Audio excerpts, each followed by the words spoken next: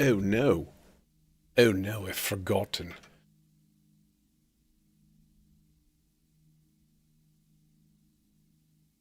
Ah, the mood lighting.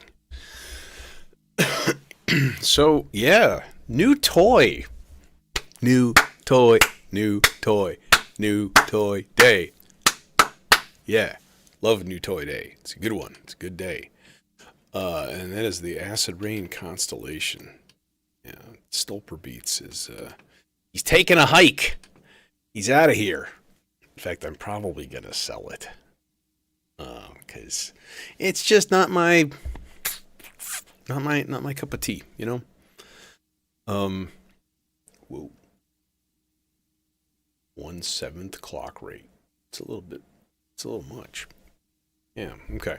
Yeah, so Constellation is interesting. I was goofing around with it a little bit, and it's pretty cool. I gotta say, it's pretty deep. Like, okay, so first of all, it's 8 channels, which is good. You know, that's what the Metron has. The Metron was $750 and a lot bigger and a lot more power consumption. This thing only takes 75 milliamps. Stolper Beats was like 260. The Metron was like 250. So damn, like whatever you guys are putting in your things, they are thirsty. Everything in here is Euclidean. Okay, so if you don't know what that is, it's hard to explain. Imagine, it's basically with numbers, right? So you say like, hey, out of, let's say, 16 notes in like a typical XOX sequence, like 3. Okay, well it's gonna distribute 3 hits evenly spaced throughout that 16, right? So if you do like, oh, let's make 4 steps and we'll do 1 hit. Well, now you have a 4 on the floor. Like, right? Because it's 1 every 4 clock pulses. 1 iana, 2 iana, 1 iana, 2 iana, and so on. So, yeah, that's kind of like, that's kind of how all of this stuff generally works. My little dot sequencer guy right here, he's a Euclidean thing too, but it also does, this little guy, it also does XOX style. So like you can again program it whatever you want for that one. Constellation, a little deeper than that, I gotta say. So here's the thing: you've got 8 channels, right? Each channel has 8 patterns. And they're basically all, if you enable them, they're all playing simultaneously. Okay. So, okay, for example, let's give a for example here. Here's my kick drum. Okay, 4 on the floor. All right. Now, if I mute that pattern and this is pattern 2. Okay.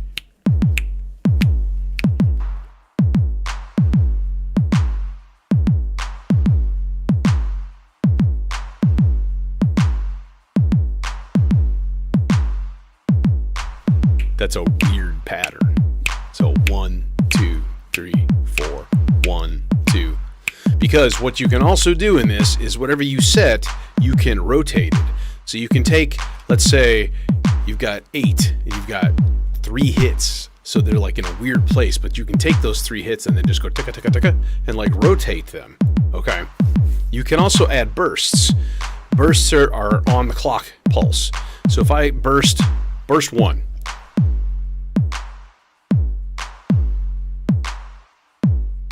Dude, that's really dope.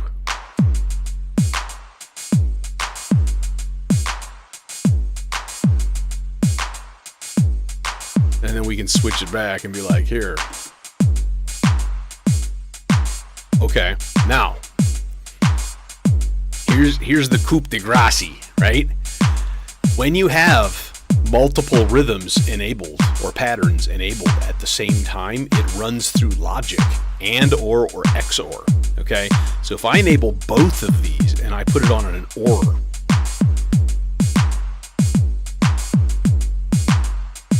okay, yeah, dude, I've only been playing with it for 15 minutes or so, and something it finally clicked, and I was like, oh, fuck yes. All right, it's one of those kinds of things. Like, I get it now all of a sudden, and it's cool. It's really cool. Okay, we can do an AND gate, which is only going to play when they are both sounding, but they're never both sounding because those patterns are so weird. And then there's an XOR, which should be, yeah, I was going to say, that should be just like the first one. Okay, and then you can actually set a probability of like what percentage chance, let's say 50% goes to like the chance operations. And like on the first one, let's say 50%.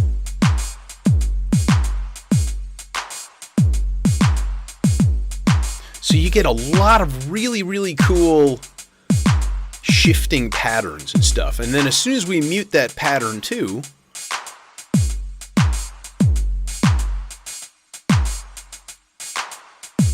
so all I've got going right now is just 53% chance of it not going through. So if I crank that up to 100, then we're back to our 4 on the floor, right? So the percentage chance is basically like, hey, what percentage chance is this gonna play and therefore go through the logic circuits? Okay, and you've got 8 different patterns that you can layer at the same time for each channel. All right, so talk about like complexity, right? Like you could have each channel just like layers upon layers of logic and probability, and then you can make the patterns, 64 pulses long, or I think 128 is the limit, right? So you can make them like huge and have some really, really interesting rhythms. I'm pretty excited about the prospects of this. So yeah, it's pretty awesome. And I got 4 more channels to deal with. Yeah, exactly. Same here. Like once that whole, hey, every single channel has 8 patterns that you can use. Once that clicked, and once it clicked that you hold mute and then you click the pattern number to turn it on, because I gotta say, I don't think there's anything in the manual that tells you that. When I click the thing, mute starts flashing.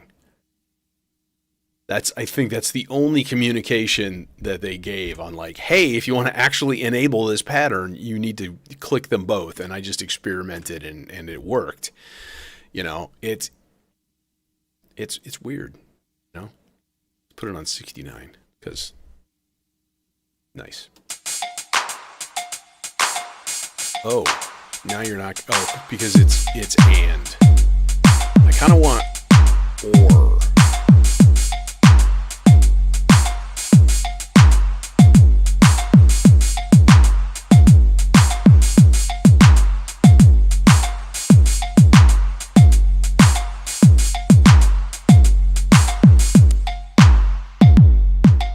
Listen to that kick drum. That's the thing it's on a 4-bar pattern. Okay, and then you can add ratchets. You can get ridiculous with ratchets, like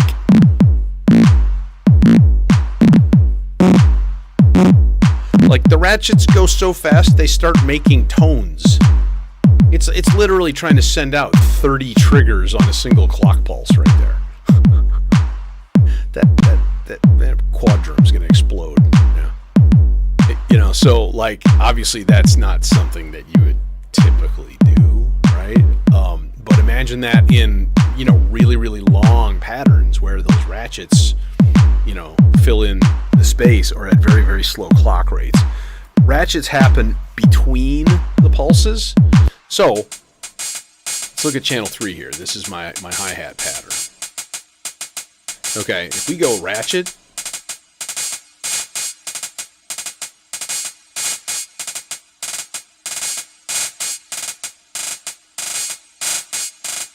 this is 4.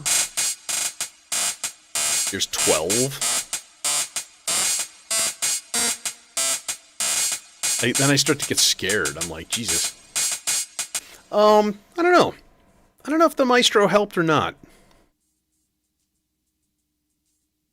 I mean, the controls are not, they're not really that similar, except for, you know, like selecting your channels along the bottom row, and down here it's like patterns. This also has a live mode, which is basically you've got 20 save slots. So now you can be like, here, I'm just going to go like, yes. Now that's the mute menu. That's the actual menu. So if you do this, see what you're doing then is you're just mute. You can just mute patterns, right?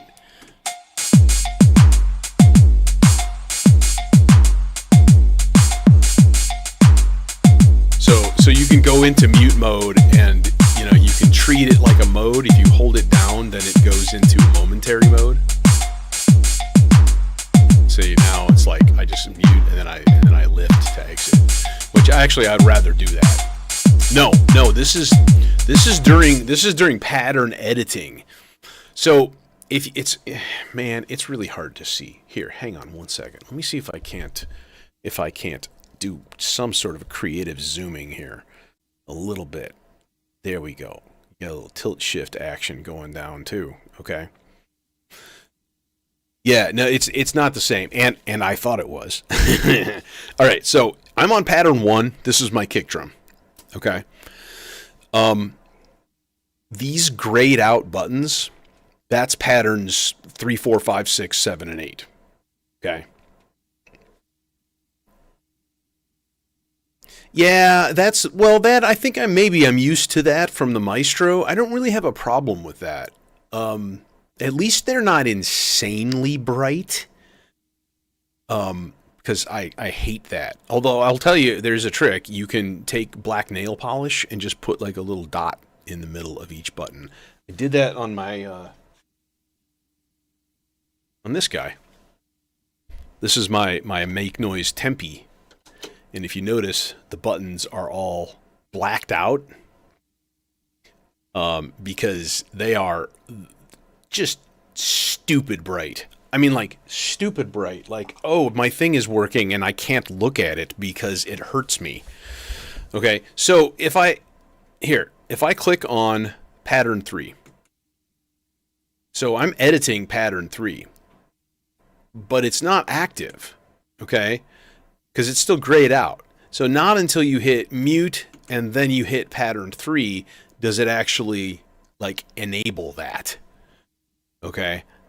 And that was not something that was clear. Keep in mind, patterns are those layers of Euclidean rhythms that are going to be thrown through the logic. Okay?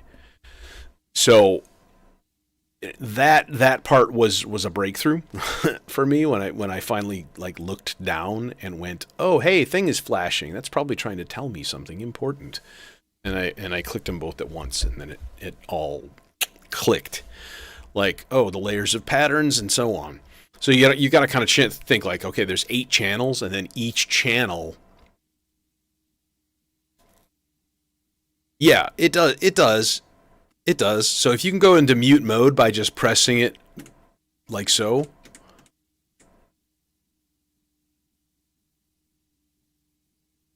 You can do that. That works as well, right? Or like hold pressing and then clicking does the same thing. Yeah. So, well, yeah, the problem is the other camera is just like blown out. Like I don't want this thing to be on like low light sensitivity, and it just doesn't matter. I keep turning it off and it keeps turning itself back on, and it really pisses me off. because there's plenty of light for it to pick up without that. And when it does that, it blows out all of the color differentiation, like everything. Like, I could probably just turn the brightness down on it, too. I wonder if it'll stay. Probably not. I'm going to turn brightness and contrast down a little bit. And saturation. I'm going to play with these things a little bit. See, and that's a little better, but yes, exactly. And I mentioned it earlier too, but this thing only draws like 75 milliamps. The Metron, what do you call it? I don't care. It doesn't matter. It's a Metron to me. Meat. The Metron and the Stolper Beats are both 250 or 260. So not only that, but I really helped my power consumption in this row. I did get a couple of those WMD soft starts though. Here, you want to see what that does in action? It's really cool. Watch the Trinity when I power on the bottom row. It didn't do it that time. That's weird. It delays it by like 400 milliseconds or something. Maybe there was enough juice in the capacitor in there that it didn't need to. But it really works well. And now I probably don't even need it. I should have put one on the Stolper Beats also, but it's that inrush current that was having the issue here. So I'm like, well, it didn't happen until I put the Trinity in there, so let's just stick it on the Trinity and make it work. So yeah, I should be able to drive all kinds of things. And then I was like, well, what about things like congas where you want to, specifically like make a rhythm? And I was like, well, I have the dot sequencer for that, and that's usually what I use, and that actually works really, really good too. This little guy is freaking great. Dnipro dot. It's what is it? 6 HP, 3 channels of Euclidean or XOX, and like all kinds of interesting little features to it. But yeah, ultra simple. 3 CV ins, clock, reset, 3 CV outs. That's all you get. And you just get a clicky button guy and 3 multicolor buttons. That's one of my earliest modules too. That's been running like a champ for years and years. So yeah, so I was like, hey, let's do some drum programming first.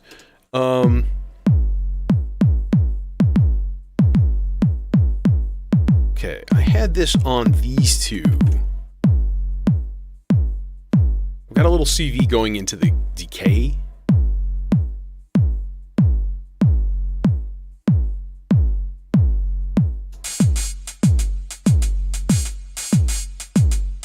Let's look at channel 3 here. So like the bass rhythm is length of 4 with 1 event.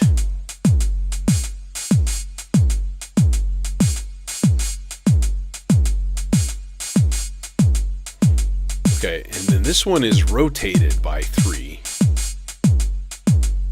No ratchets, no nothing. Okay. You can also subdivide each channel, by the way, which is pretty wild. Okay. So this is length of 4, 1 event, and a burst of 2. So like ticka, ticka, ticka, that kind of thing. So if we did a burst of 4, it's just constant, right? Ticka, ticka, ticka, burst of 1, which is nothing, right?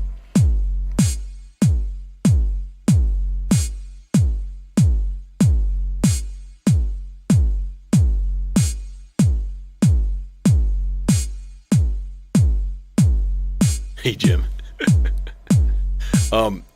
So what if we did like, okay, let's look at pattern 2 and do something funky. Like, okay, events length, let's make it 8, which gives to me a little bit more variation. Events 3. But I'm going to do a ratchet of 2 and a burst of 2. And then we'll rotate it like 2. So like just a little bit, and then I'm going to enable with an OR. Oasis, what's going on? Yeah, dude, I am loving it so far. Once it clicked, like the structure of it and stuff, like the 8 patterns within with the logic and things, then I was like, oh, dude, I'm all in.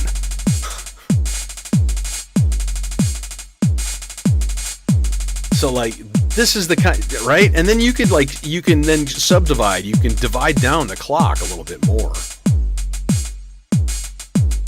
on each of those patterns too.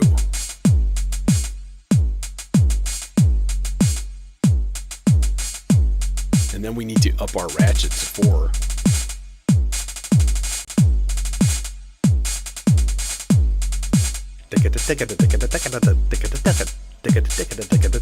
That's cool. That's awesome.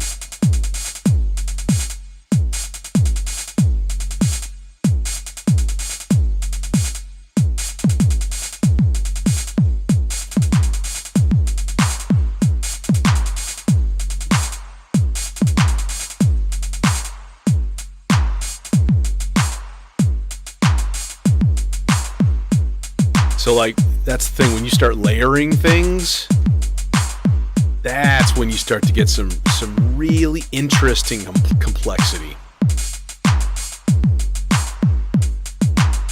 Oh, that is weird.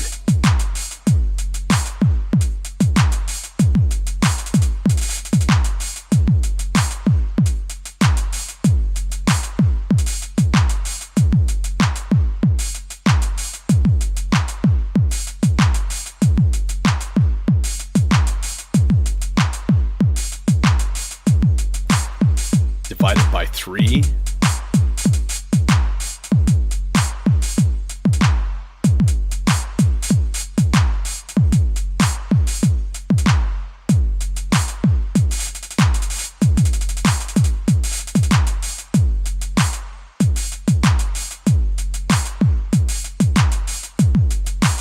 Like, pretty awesome. Pretty wild, you know? Yeah, and every channel is CVable with multiple things, too. And that's kind of the next thing I wanted to try, because, you know, I have this, like, autofill thing, you know? And I have the manual downloaded, and so that needs to be looked at here, and mayhap a signal sent over. It's going to make that a lot easier. I was also really tempted to turn the Constellation into my reset,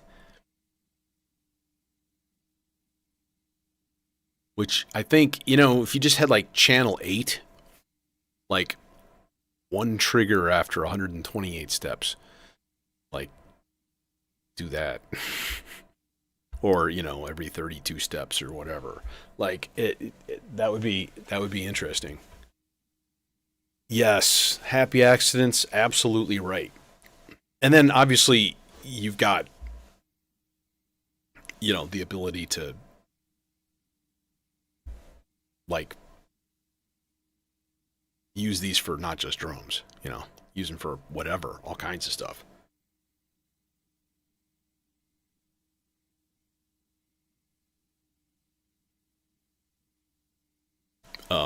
And I also moved the Trinity over so that all of my drum like sound sources are right here, except for the Timplegio.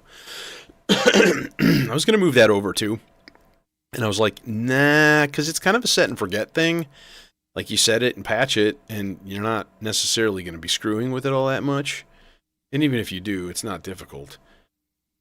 Putting this thing in cleaned up my cabling by quite a bit too. So, just cleaner. Everything is cleaner. And I put in a little cable huggy guy here to take all of my quad drum triggers. Anyways, yeah, let's think about this CV thing here, because because we need to. And I have updated the firmware on this thing and stuff too, so if you were wondering. It's the first thing I did, actually. Because when I turned it on, it was making all kinds of weird things, and I'm like, nah, let's just wipe it. Turns out it actually was not updated to 1.1. So, like, that's fine. That's cool. That's cool. Okay, CV stuff. Where to thing, CV input menu. Boom. Okay, pressing input brings you to the input assignment workflow where Constellation's control voltage can be freely assigned to pattern parameters. Okay. As you're prompted to select an input 1 through 8. All right, input. Where input? Input 1.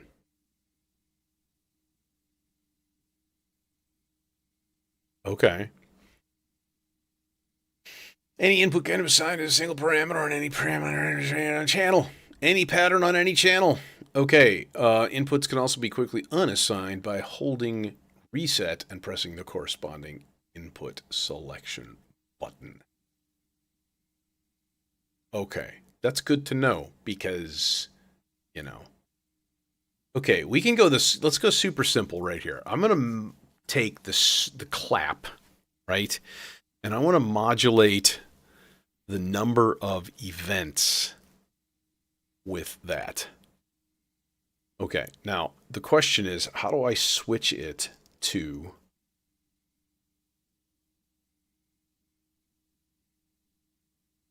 like the pattern? Okay, because I want this on pattern 2. So let's see here. If we're on pattern 2, is that what it needs? Is like, you have to start in the pattern and then go input. Let's just go to events. By default, we'll show for the given control voltage input. Okay. So this is basically 100%. So now it's, you know, it's a percentage. You hold down the button, the parameter that the input is modulating, it will display the current value. Okay, so theoretically,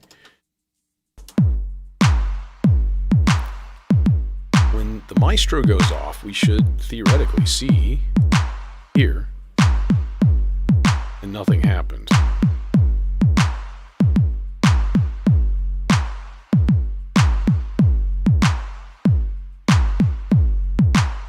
Okay, so maybe it shouldn't be in events.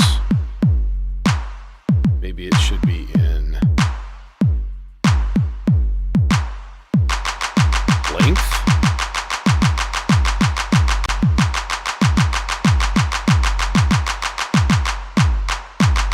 No.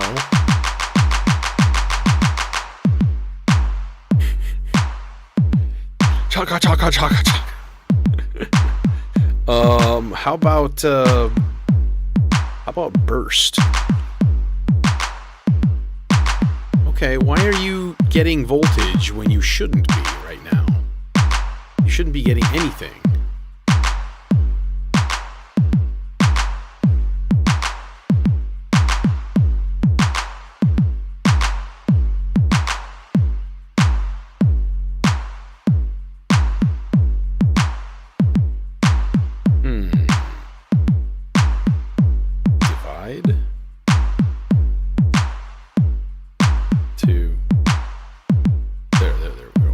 Here's measure 1, 2,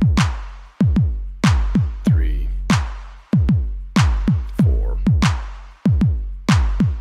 Nothing. Okay. All right, let's get out of this for a second and pause this for a second. So this guy is, bro, there's like nothing there.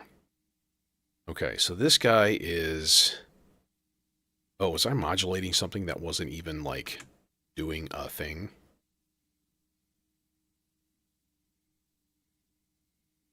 Yeah, I think so. That's why it wasn't doing anything. So let's try that again with events.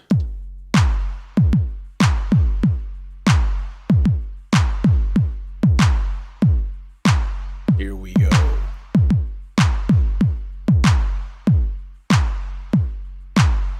Nothing.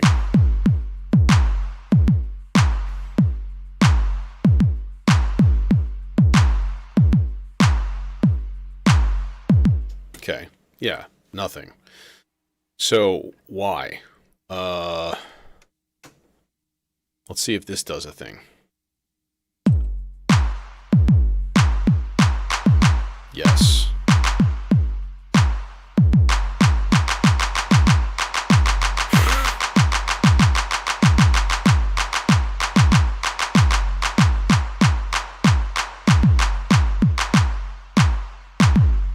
Starting at 0. Okay, so it should just 1, 2 here? No. I think what I need to do is actually change the pattern itself, because the problem is, if you're looking at events, then what you need to do is, like, you're increasing the number of events, but maybe it's all rotated, and so you're not even playing anything. So what I really need to do is be like, let's see.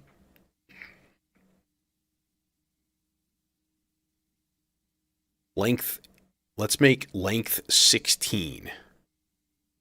And then number of events 2 instead of 8 and 1.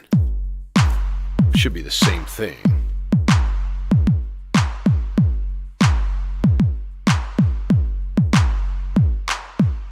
Hey, it did it! It did a thing! It auto-filled! Good job! That's cool. That's super cool. Okay, now, can we apply the same sort of thing to the hi-hats?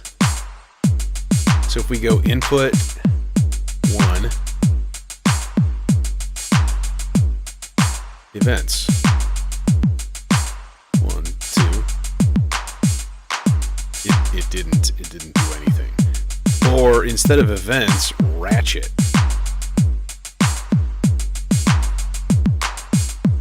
Nothing. Boo!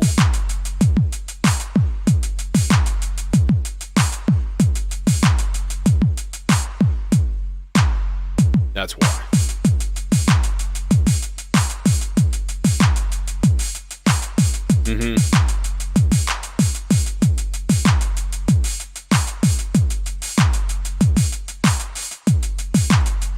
So we're going to go input 1. We're going to assign that to ratchet just a little bit. 27%. It didn't do anything.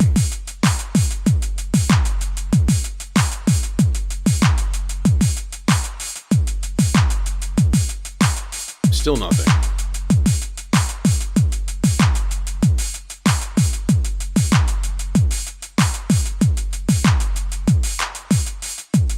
Okay, so I'm in input. We're going to go thing number 1.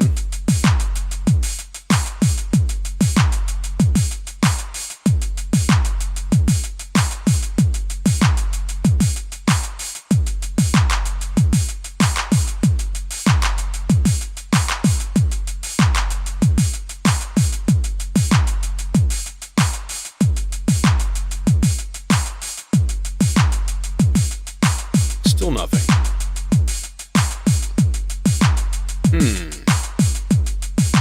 I'm a little confuzzled.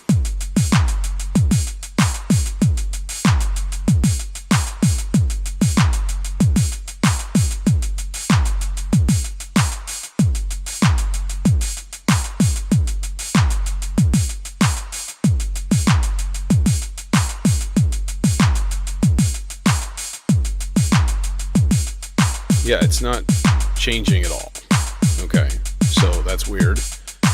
All right, hang on a minute here. So we are in pattern 3. That is hi-hats. If I go to input and I click input source number 1, it says it's going to ratchet.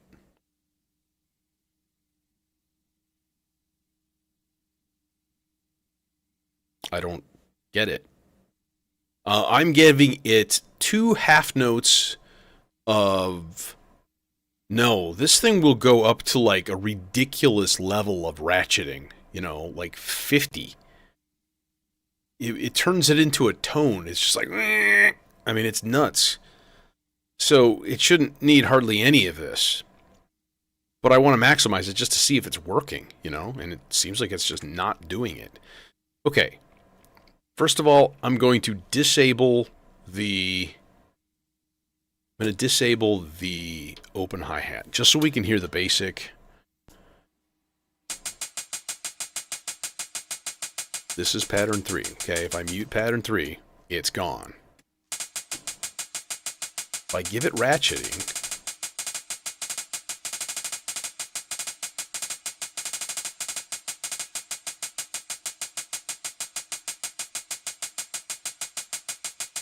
right? So this is, let's see, length 4, events 4. If we made the length 2,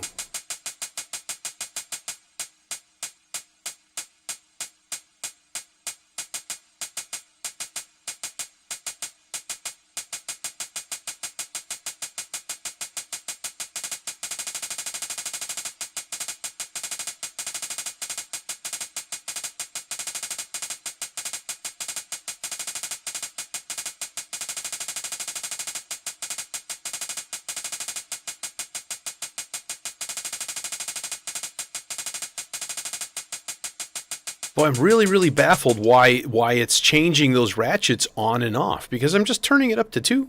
That's all I'm doing. So if I go input again, this guy here, and turn it off,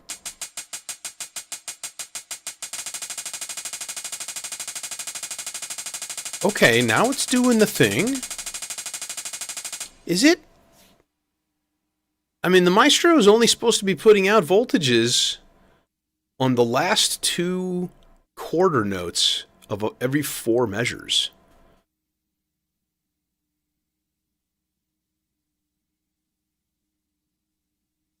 And it's giving it just 2 quarter notes of random voltage. So yes, sometimes that's going to be really, really small. Sometimes it's going to be big.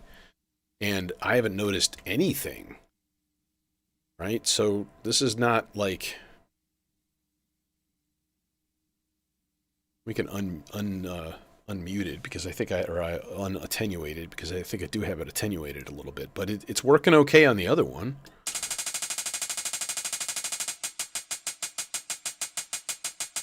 Okay, let's try this one more time here. Okay, so it should be going measure 2, measure 3. Yeah, I can do that too. Measure 4. Nothing. I mean, it literally didn't do anything. It didn't respond to anything at all.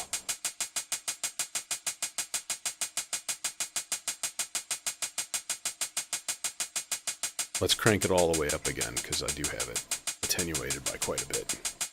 1, 2, nothing. So, is that because...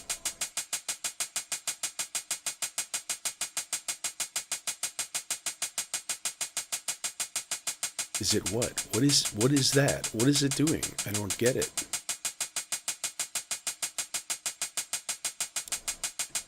Is it the pattern itself, is what I'm asking. Okay, so if we make the length 1 and events 1, and we just give it a straight 16th note the entire time. I feel like I'm just doing something stupid, and I'm not noticing.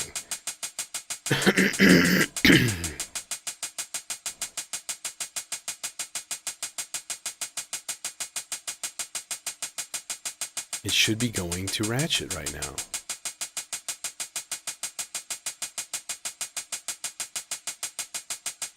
No, I think I just got it. No, it didn't do it. This is a mystery. I don't understand.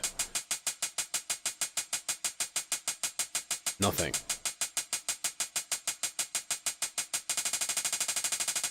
I mean, it should just be working, right? Yeah.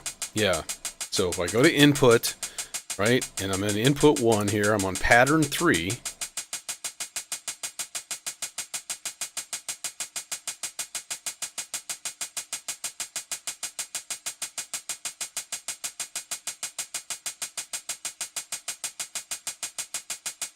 That should have been giving it 2 pretty high voltages from what I saw.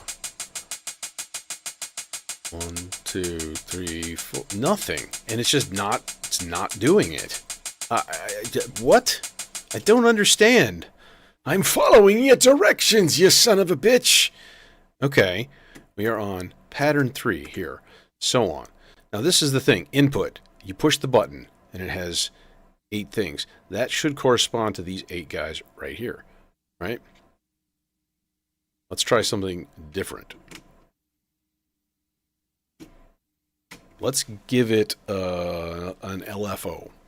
Okay, something basic here. And we'll stick that in slot 2. Okay. So now slot 2 here. We just go onto ratchet, right? Isn't that how it works? Yeah, that should be how it works. Okay, let's try it. It's in negatives, now it's in positives. It should be ratcheting the shit out of it right now. And nothing is happening. Is it like an and or thing? I don't understand. I can just turn ratchet. No, I can't. There, it's working. Okay. Now it's working.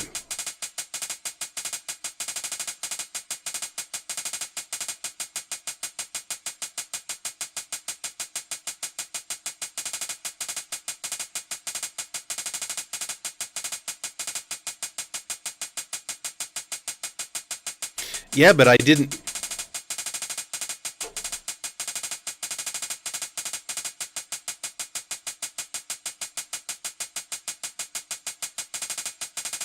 See, this is what I don't get. Why is it flipping up and down when I turn ratchet on? Is there... Do I have a percent? No, see, I don't have any chance or anything like that. I don't have anything else going on. It doesn't go to 2. It just... So this is one event, one length. Let's put this on 4. See, and again, this is a weird thing. If I rotate ratchet right now to 2, it's not staying on 2. It's flipping all over the place. Okay?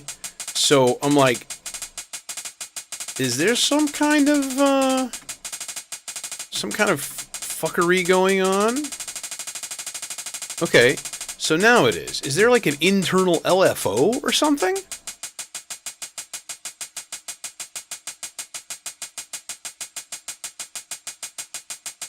So we're going to go once again, input 1, 2 ratchets.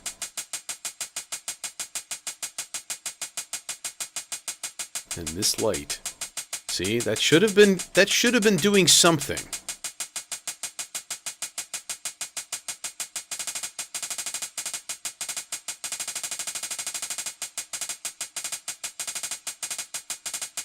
If we can divide it, we can divide it, the whole thing.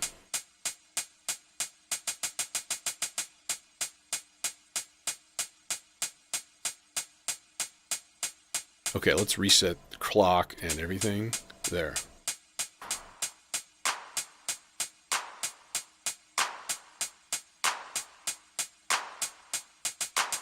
Aha! There it goes. There it goes.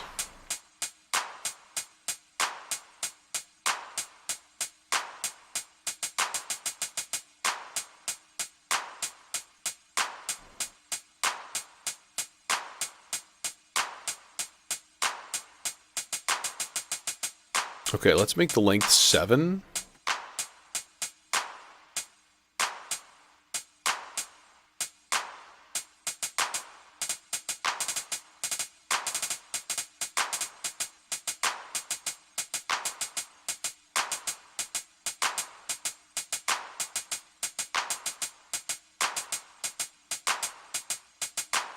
Okay, what if we did something... No, what I would want is negatives. We could do that. Let's try it. Let's try the same thing. And instead of ratchet, we're going to go into divide. And I'm going to crank this down to like negative voltages just a little bit. Okay, to see if it'll just like... That should have. Do you have to like stop it and reset it for it to like recognize CV? I wonder if that's a thing.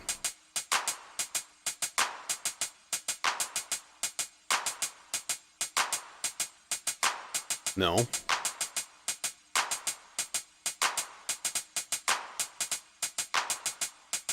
Oh, because I put it on negatives and it's already on 1. So never mind. That's not going to work. Input 1. We're on divide. I want that to be positive numbers. Let's say just give it like 50% right now.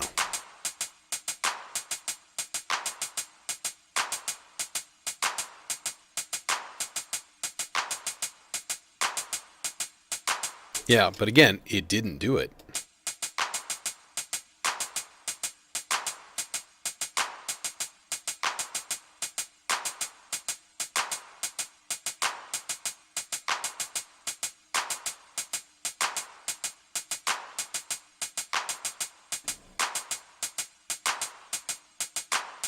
Nothing.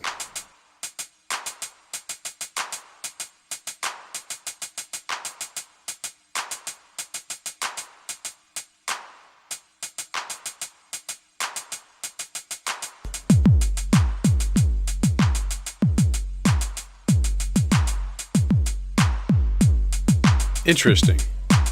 So it's doing it.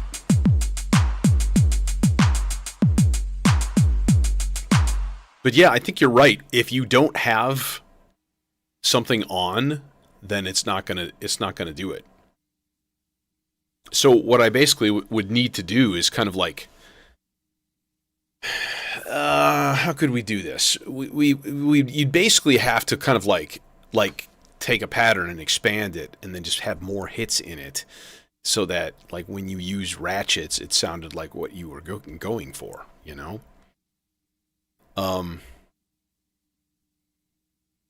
I don't know. It's weird. It's kind of funky how that works. But I mean, it does work. It's just you got to get used to the weird little idiosyncrasies, I guess. So, and I'm okay with that. Yeah, exactly. If the bass divide is 1, so like, yeah, you'd have to turn up the divide, which would make it slower, but then turn burst up to 2.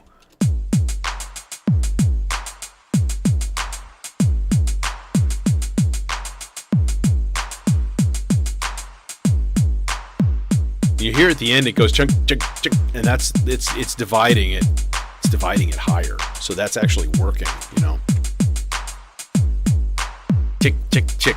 That's kind of neat. So if we take it off of divide and put it on ratchet now.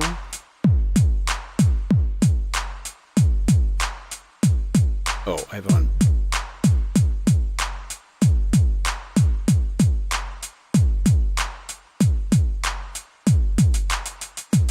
There it goes.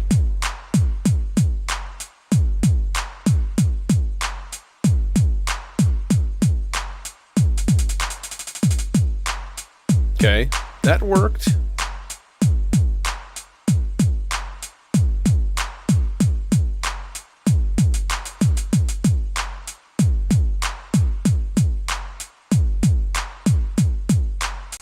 Oh, I see what you mean. I see what you mean. That, okay, you know, that makes sense. Wait a minute. So 1...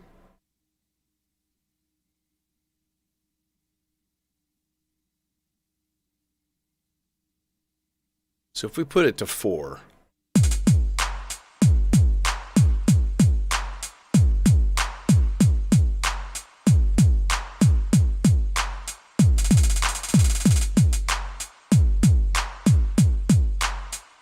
Mm-hmm.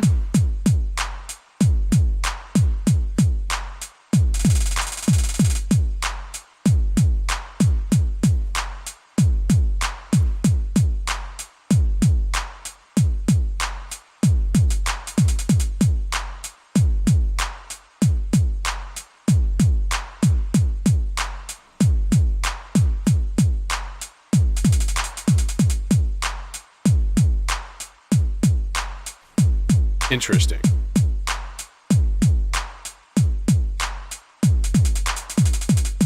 Okay, honestly,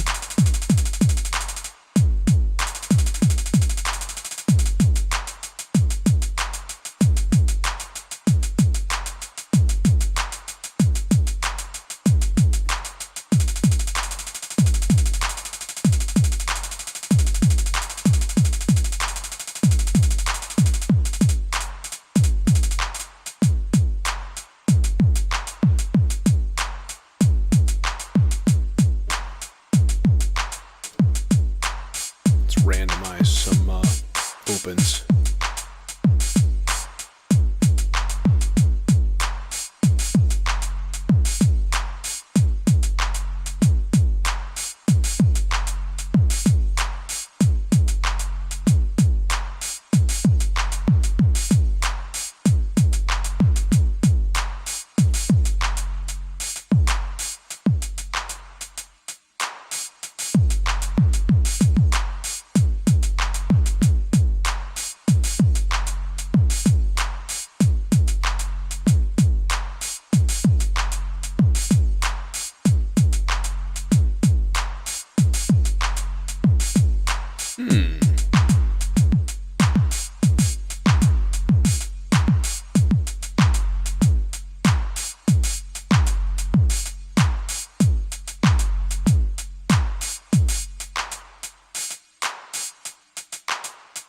Three events over 16. That's what I had before. No ratchet, no burst, but rotate.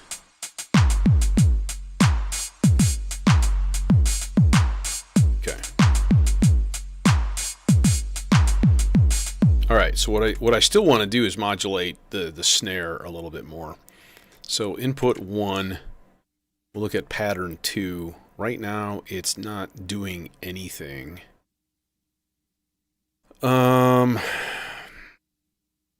Burst. We'll put it at 4.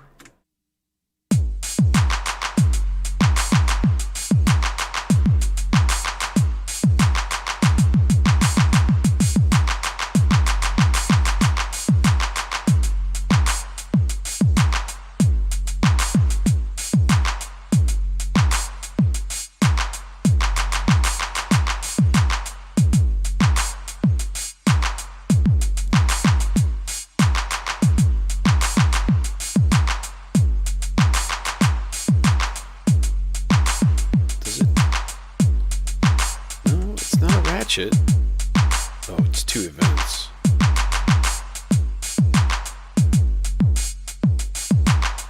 Over 16. Okay, and it's rotated by 4. And alright. See, it's weird. It should not be getting anything right now.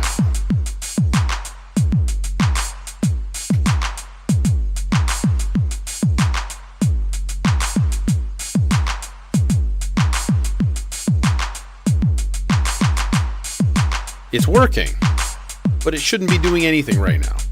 I don't want it to be bursting, partially. So that's a little strange. How it's just like, yeah, I'm going to do my thing, and maybe what needs to happen then is the level maybe needs to be turned down? Does it, apply some... No. See, it's still just like, I'm going to play it twice for no reason. You're not getting any voltage whatsoever, but you're just doing it.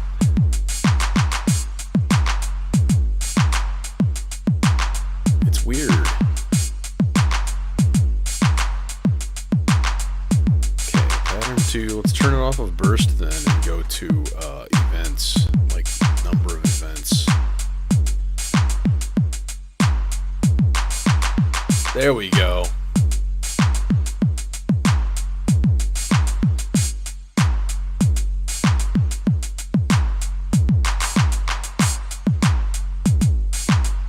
Yeah. Well, okay, so here's the problem though, right? When it's not receiving any voltage, you shouldn't be doing anything. And it is. That's my big, stumbling block.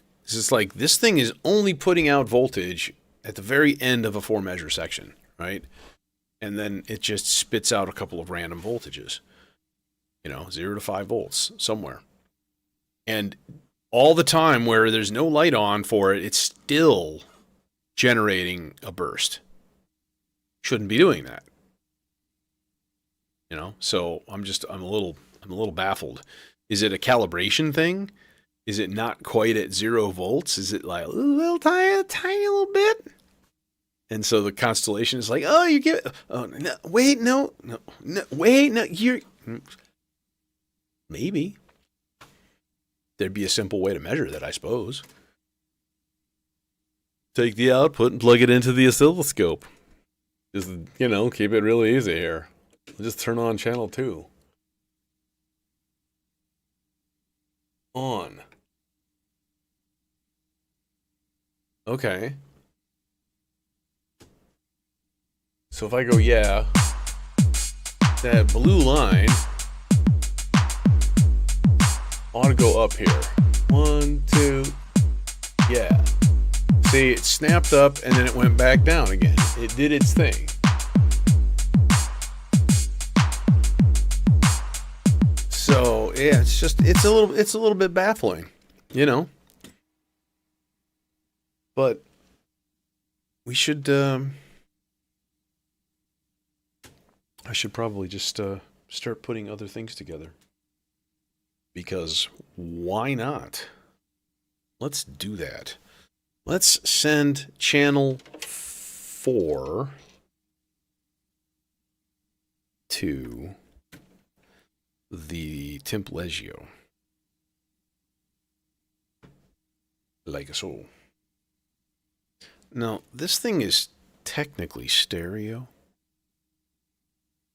but it's kind of pointless because it doesn't have any like stereo modulation thing or anything.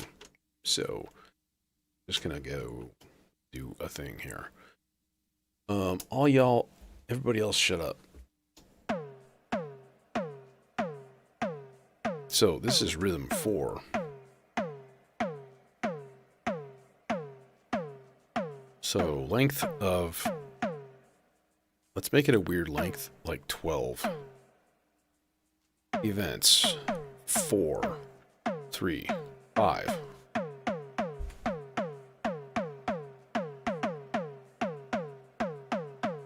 Okay, resetting. I'm gonna have a mild kick in the background.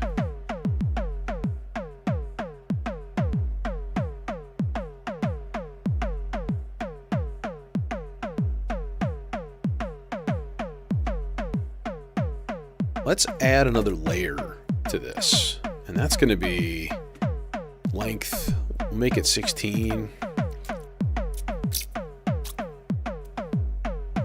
6 events. And then we'll rotate everything by 2. So like an 8th note. And then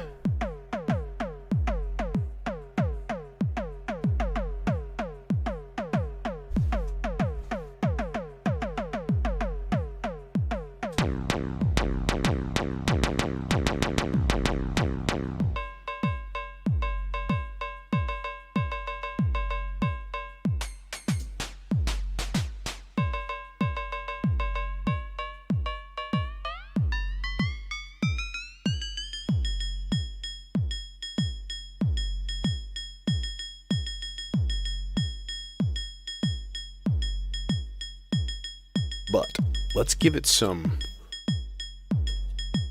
probabilistic based decay.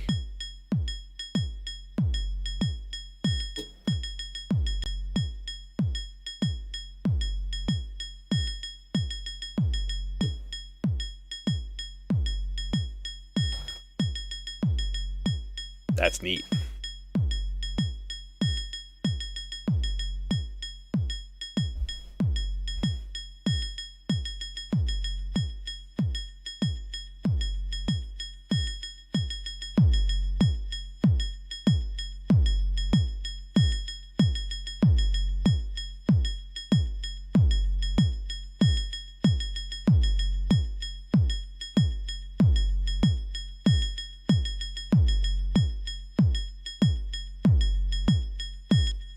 Okay, cool.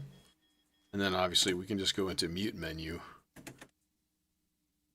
That's kind of the cool thing too, is like I can just keep all my mixer channels on right now. Just be like, boom, here's our kick. Okay.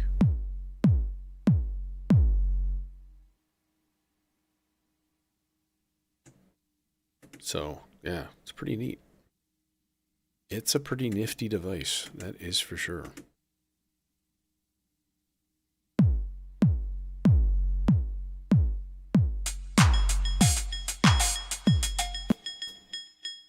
Okay. Other things.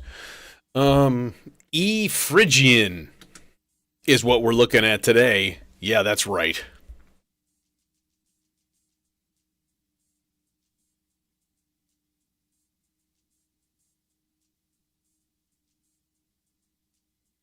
I've been a bit almost enamored with subharmonicon lately.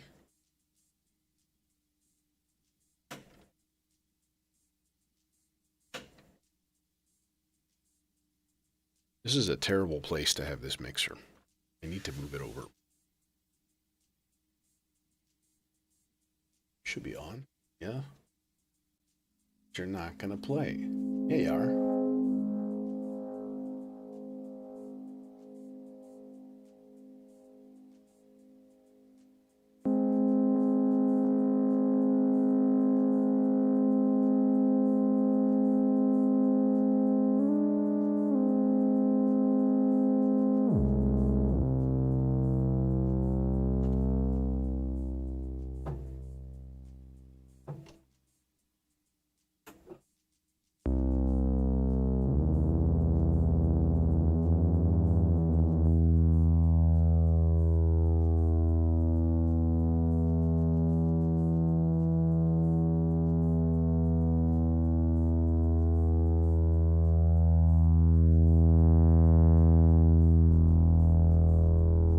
Get that octave down for our bass.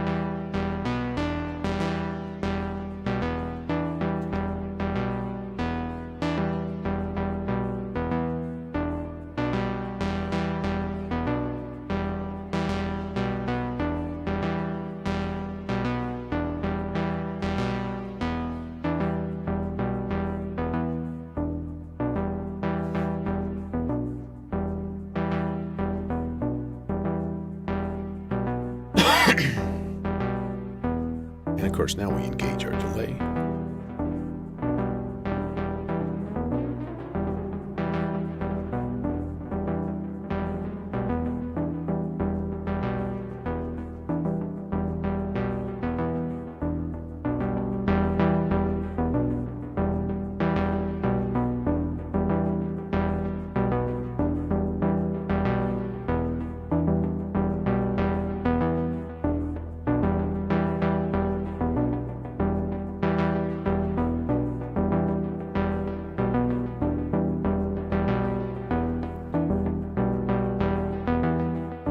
pretty lovely.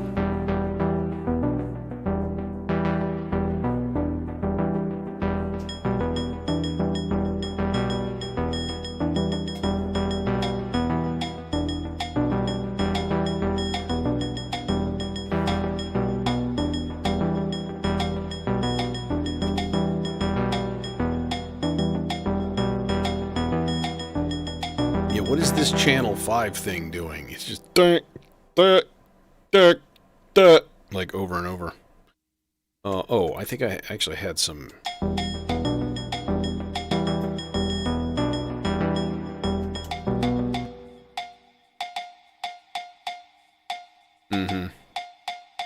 That's a little better. Alright, cool. Although I kind of want to put it on a different sound. Let's do that. I kind of want like a ride cymbal or something.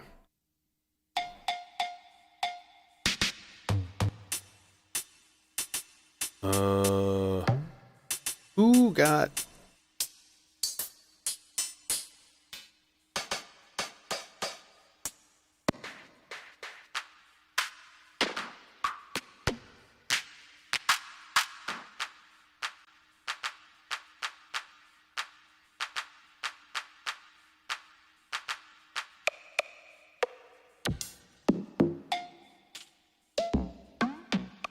I'm not sure if they're...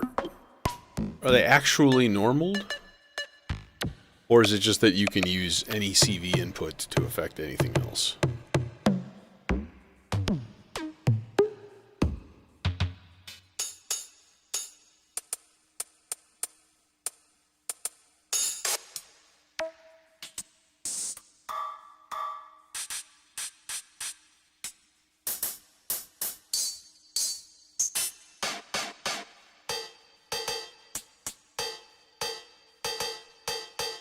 That's not really a ride cymbal.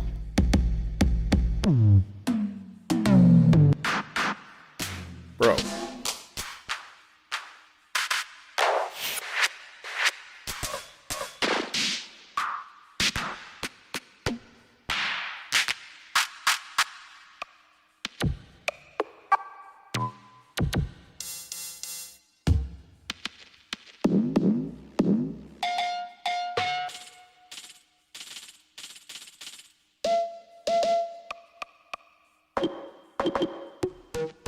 Right, but nothing else was modulated.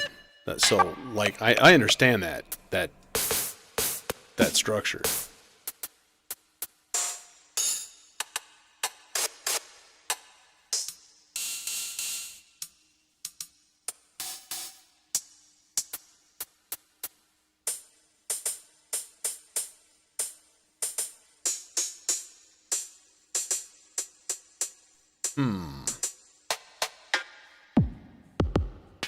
If we go back to the synthy stuff here. Can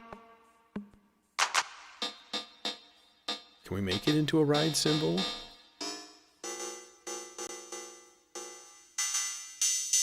Kinda.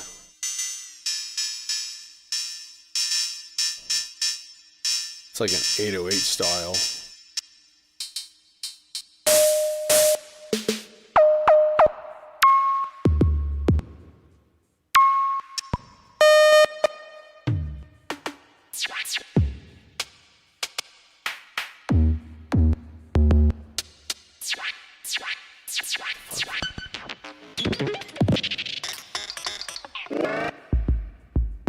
So useful.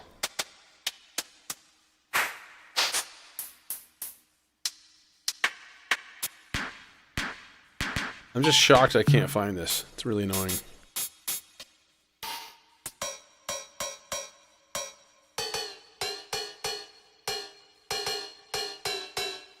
It's about as close as I'm going to get, I think.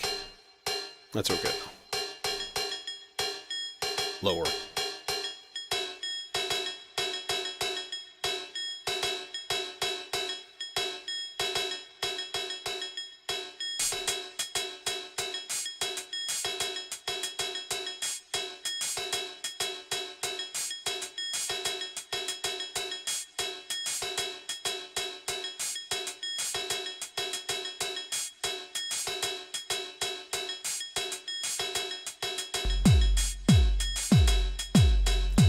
Okay.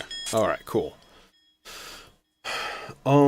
This gives me a bit more of an idea of like a bass, for example. Um, I'm gonna use the HV1 for bass. Yeah, it does. And I factory reset everything before I started doing anything with it. I updated firmware, wiped all the memory and stuff. So I started from scratch. Um, yeah, I think the CV behavior is not really working as expected for I don't know whatever reason. You know, but I suspect it's a matter of me getting used to shit. You know, not so much in what the CV is doing as how the rhythm is constructed to support the CV. You know, for example, if you've got a 16th note pattern, so you make it one length and one event, you can't put CV into the number of events and expect it to play faster. It's not going to do it. You need to put that in like ratchet. So that'd be like an example of like, oh, the pattern doesn't support what you're giving it. You know what I mean? It's funky. Funky that way.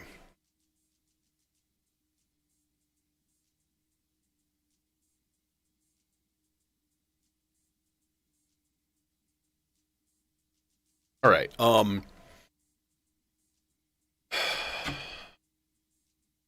I wish, I really wish that this HV1 had a sub out, but it doesn't. And honestly, it's kind of a little bit of a bummer, to be completely honest.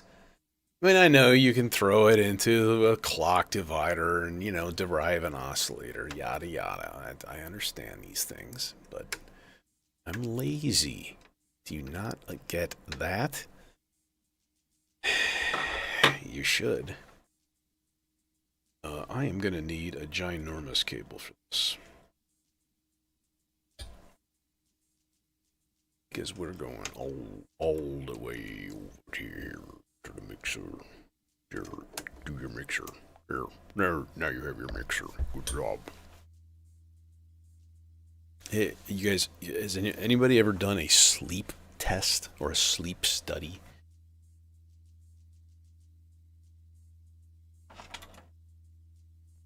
I did one last night. And it went better than expected, actually. Gate. Envelopy.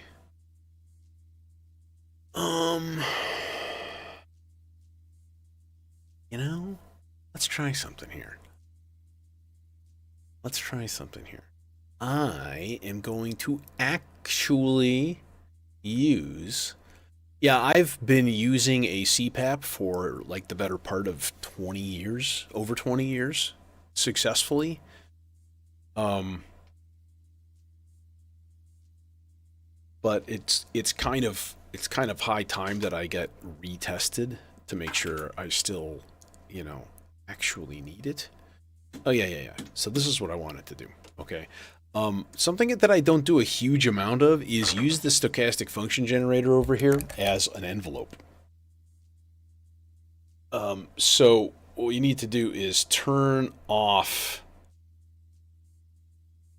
looping, and I can't read. That's it. Okay. So basically, if I give it a trigger, it ought to give us a nice flexible like filter envelope.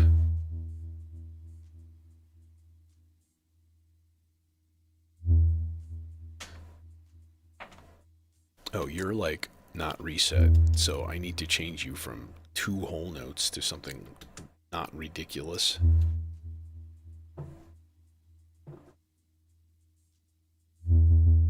What? Bro. What?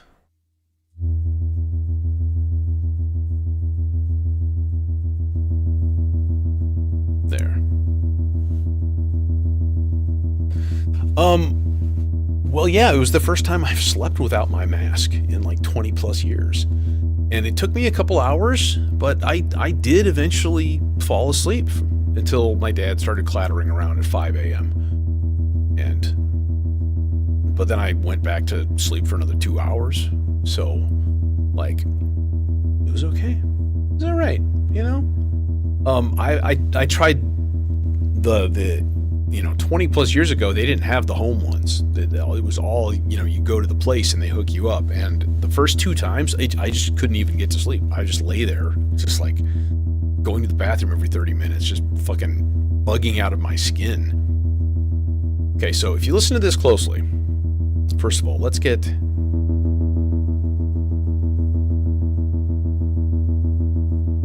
We're going to change the output to...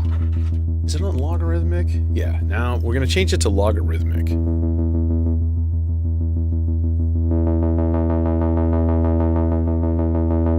So you can do an offset voltage for each of these. But if you listen to it really carefully...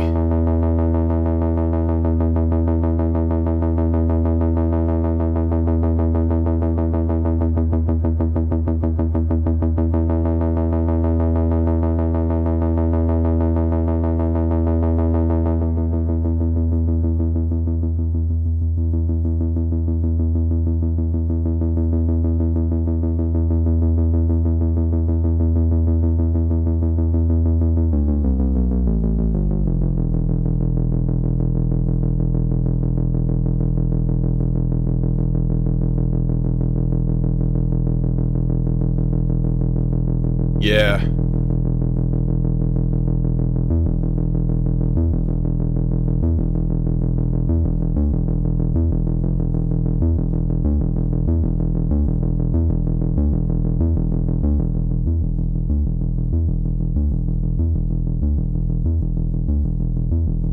I'm gonna try something different.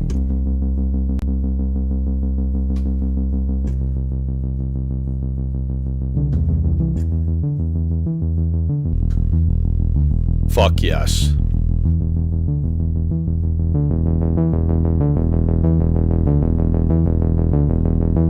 Yep, subwoofer.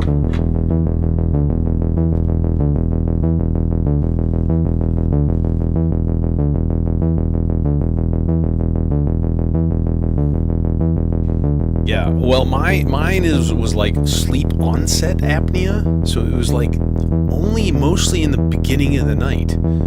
But I would like drift off to sleep and snap awake like over and over and over. It was taking me 2-3 hours to fall asleep.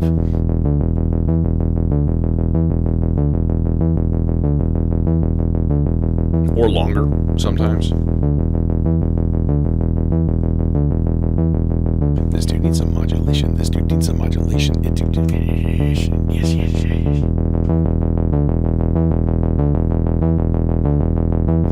I kind of want a little bit more boink in that envelope, too.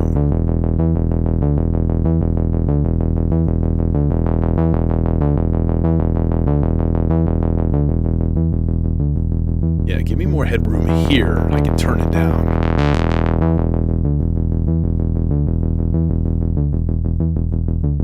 What happens if we put this on fast?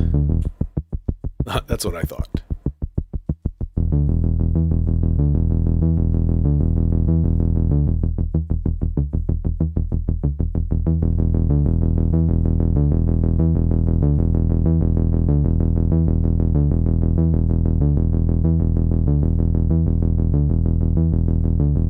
That's too bad. I was very happy to see that FedEx delivered on time today. That made me kind of pleased. So I did, by the way, purchase a Tesseract compass directly from him. So that is not in the mail yet, but it ought to be. I'm assuming he builds to order. I'm guessing he doesn't just keep stock laying around. So you can hear really, really carefully. You can hear little changes in the speed of this. If I slowed it down,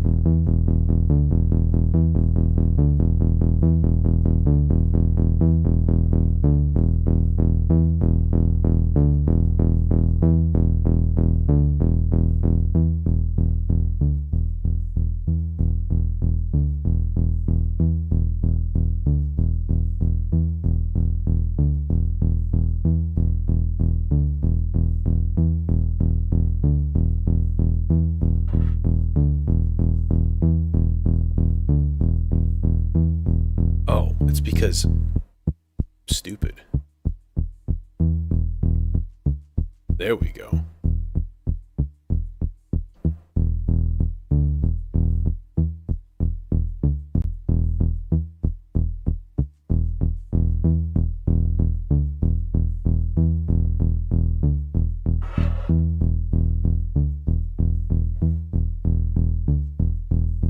Interesting, right?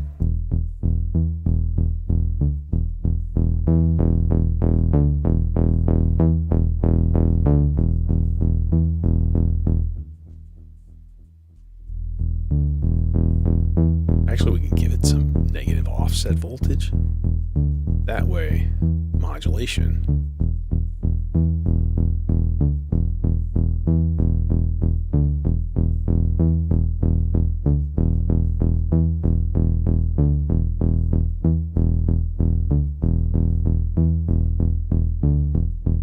I actually like that as an eighth note.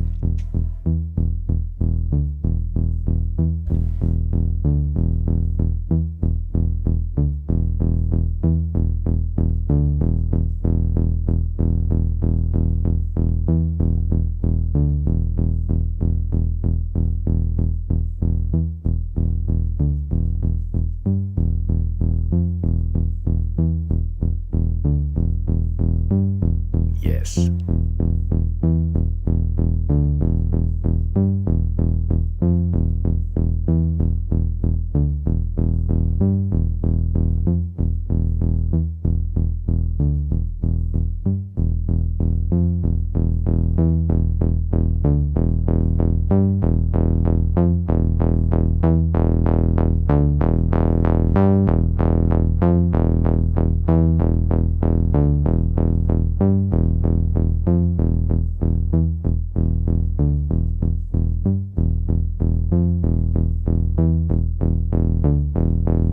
It's enjoyable.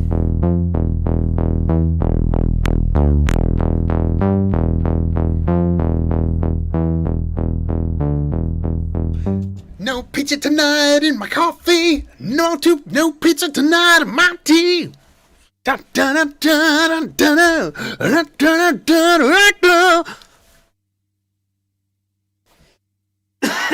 Why would you put pizza in your coffee, Sean? Why? Why would you do that? That sounds disgusting. You need to stop. We're all worried about you. The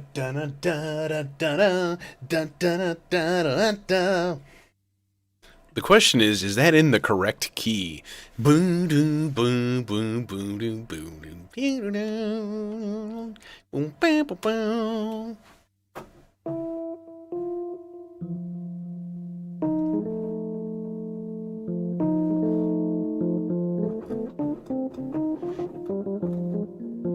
Is it in F? Or is it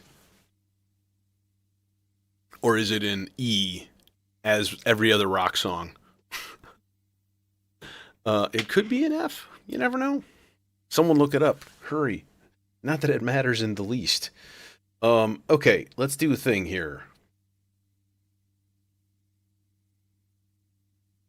I think we're gonna go sort of a different route for tonight in terms of music. Let's go like super chill. Now, here is the question. Can I find vocals in the key of E Phrygian? Ha! No fucking way is the answer to that. But you can fudge it. You can try something in C major, for example, because it's the same damn key signature. So I'm going to look at E minor first and see if there's... Let me unmute that input for you so you guys can hear. Nope, I hear an F sharp. It's going to be gross.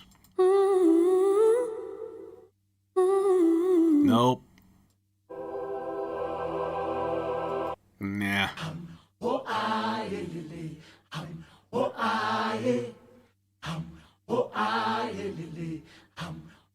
Dude, that's cool.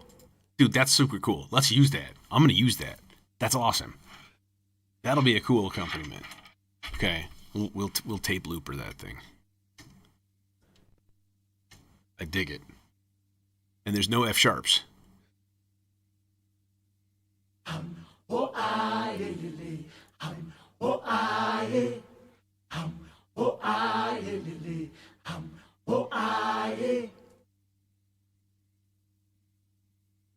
Yeah, pro tip, leave a little bit of space at the end of the recording. All I'm doing is sending it a reset command every four bars so that it pops back to the beginning. But if for some reason something weird happens, I've had it where it like started early.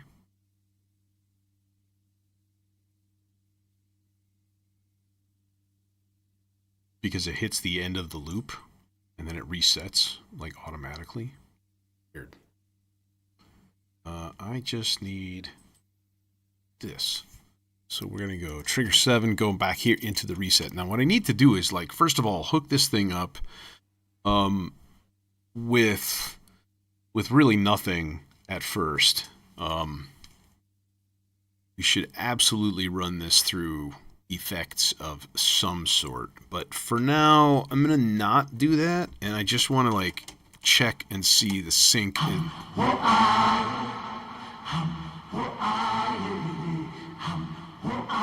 No, you're just randomly too loud and you just distorted. Thank you very much.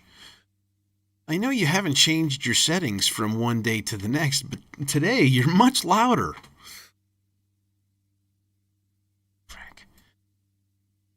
Very twitchy.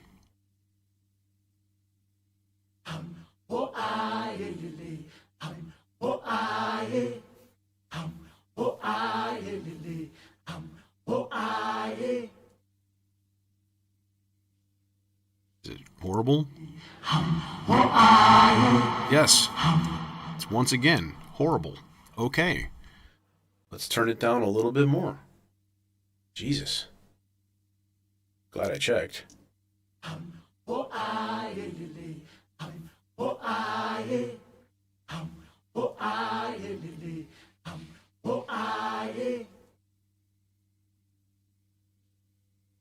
Is that horrible?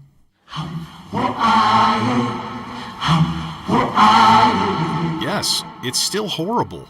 What in the... Let's turn it down from the panel here.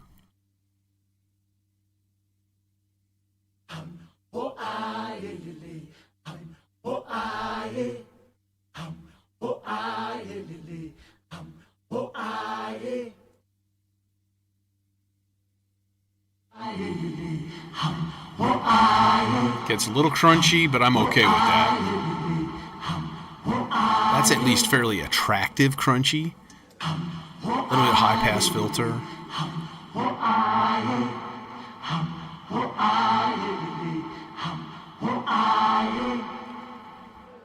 No, I'm going to redo it one more time. One more.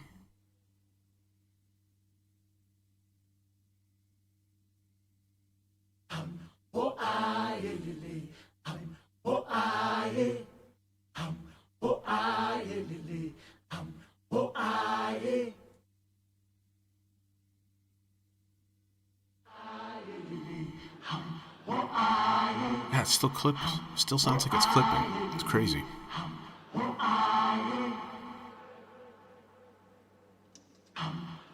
Okay, now the question is, does it start at the exact time?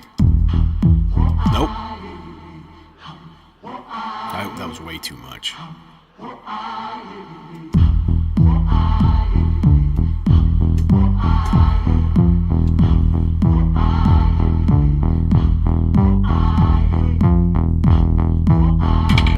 Could be a little bit earlier.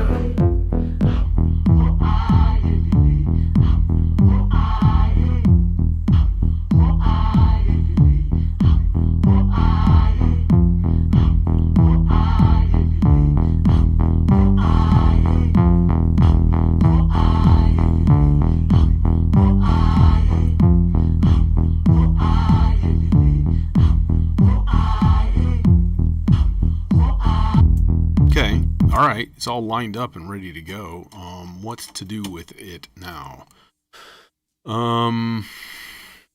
We have a myriad of options available. Aurora?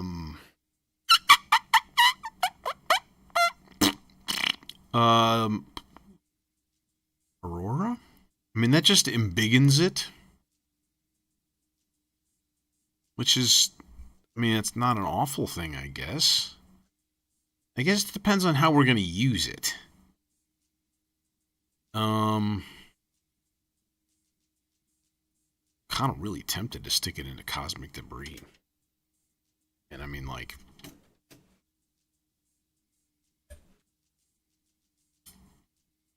let's just do it. Let's do it, You know what I mean?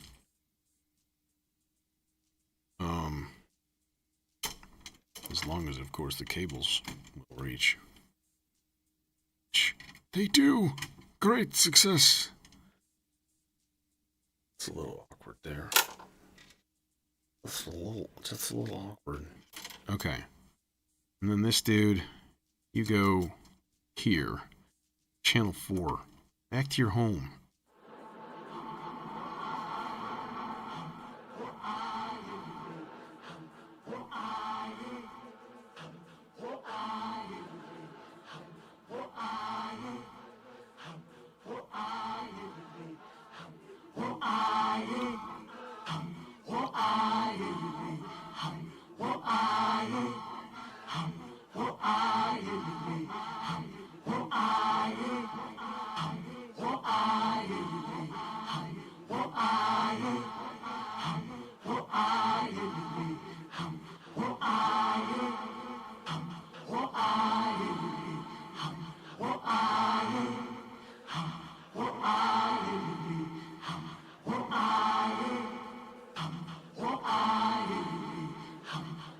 There's our 8th note.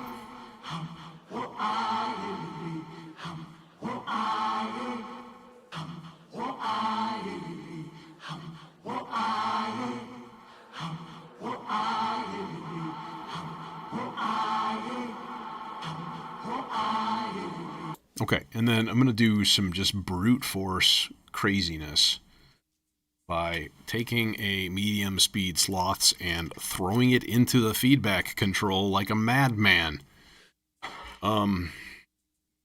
So sometimes it'll be killing us. Where's the... There it is. Oh, it's buried underneath the other thing. Oh, God. Yeah, that's probably going to be way too much. Let's just freaking attenuate it and not even think about going in there raw dog, you know? Am I right? This guy will put about maybe like halfway point kind of thing. Is it in CV mode thing? I'm pretty sure. CV10 and CV invert. Yeah, we just need attenuation there. But it should be giving me something. It's just like floating around 0 volts. I guess we'll put it in channel 1, because this thing does some funky normalization too, speaking of that. This guy with the thing. I mean, it should be indicating some kind of a movement, right?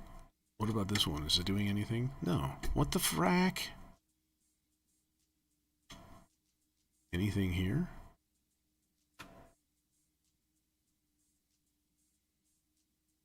Okay, it's giving me a little bit of a negative. Okay. Yeah. Okay, it's doing a thing. It's just very, very, very slow. It should be pretty decent amount of voltage right now coming out.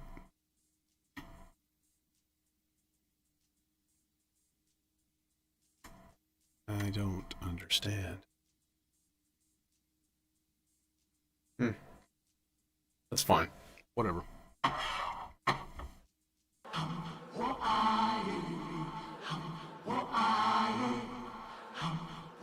Okay, thing that exists. Cool. Still sounds a little bit crunchy for me, and I'm not a fan.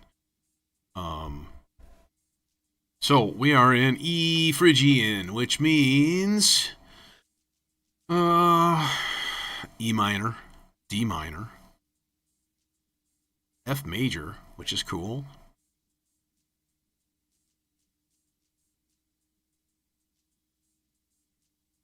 G major.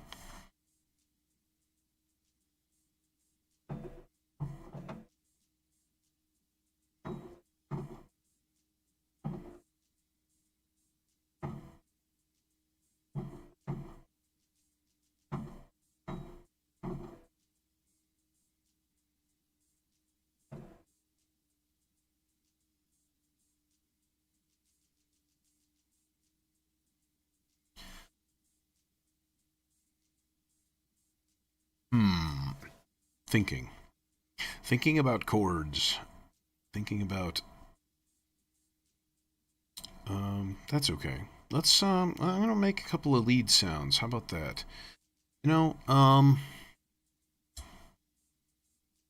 gonna futz with the dimension a little bit here. And let's maybe put this guy through this dude, the thing with the stuff, the Eon. Here. The Procyon filter is the actual name. Can never remember for some reason. And then let's put the outputs on the top, like a bunch of derps. Why? Bro. Okay, actually, let's put this into channel 4. We have a built-in VCA, which means all I have to do is mute it from the sequencer. And then we have things. So right now, yeah.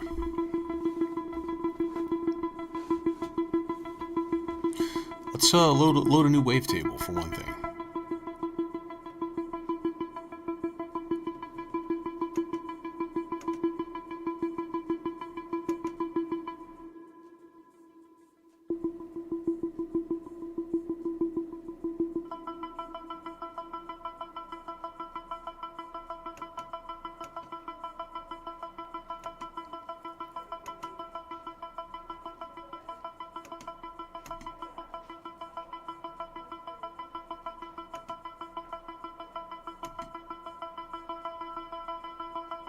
Actually, no. Let's do use sustain, because then I can do some nifty like gate length things with from the vector.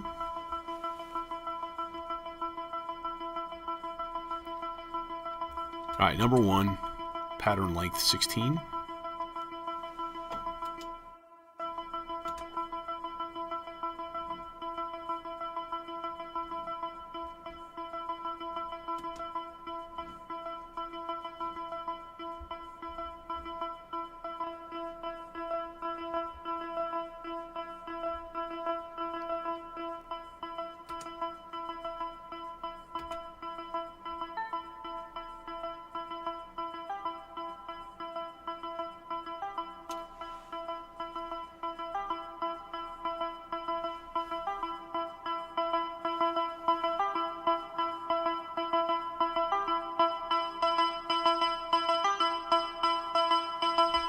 You can actually hear things.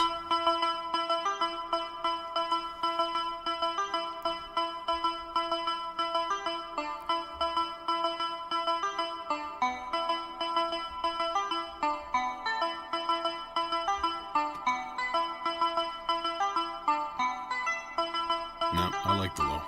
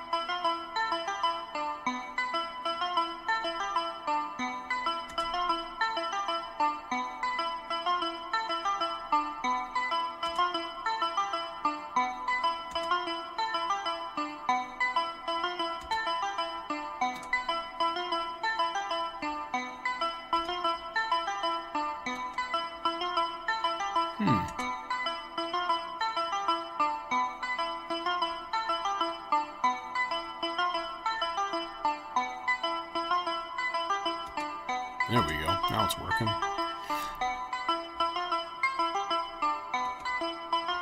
Okay, now when we climb through the wavetable,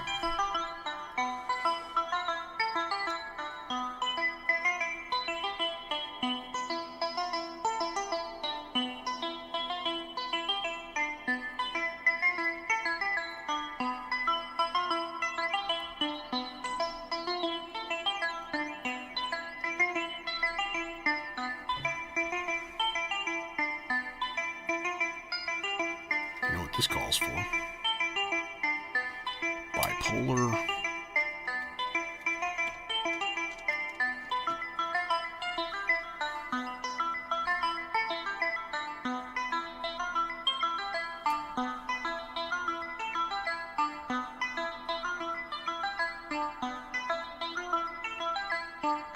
Hey, that's really, really cool.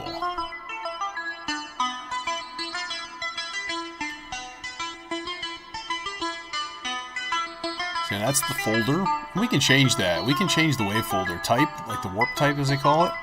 Right now it's on folding. Let's put it on distortion. See how that sounds.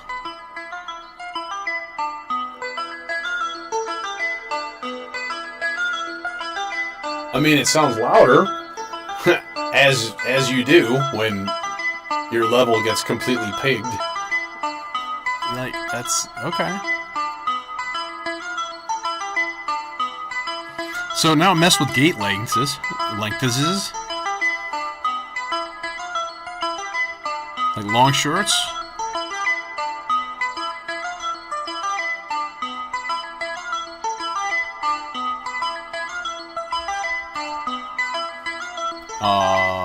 Less release time.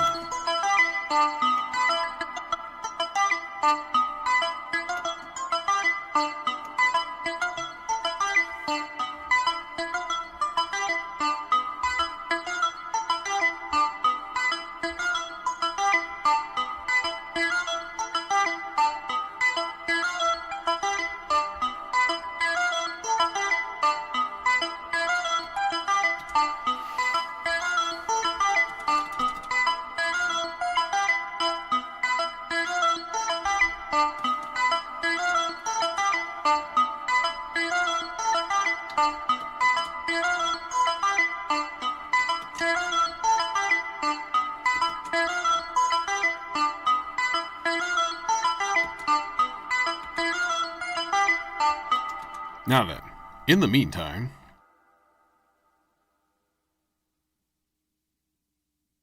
I think a slow-moving chord change, so we're going to put this on whole notes.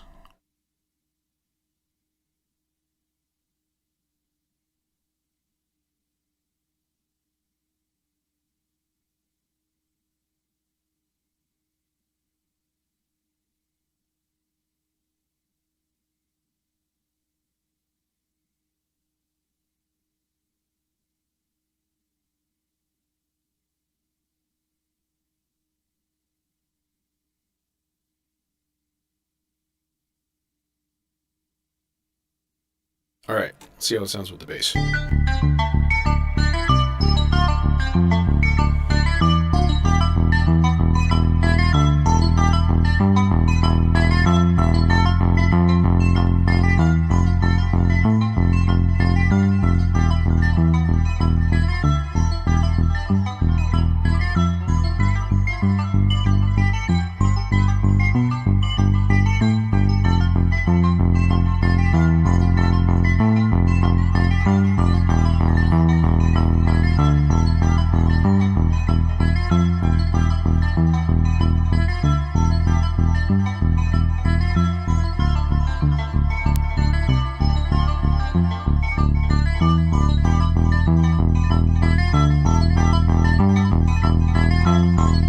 I don't like the bass slow.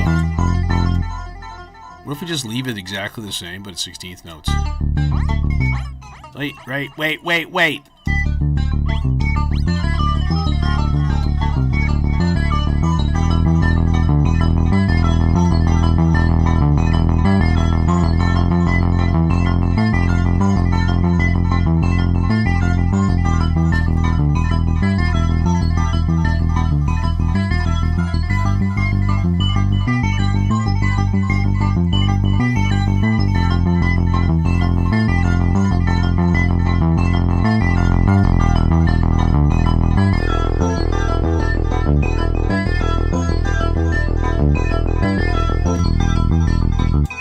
Okay, I mean, that works.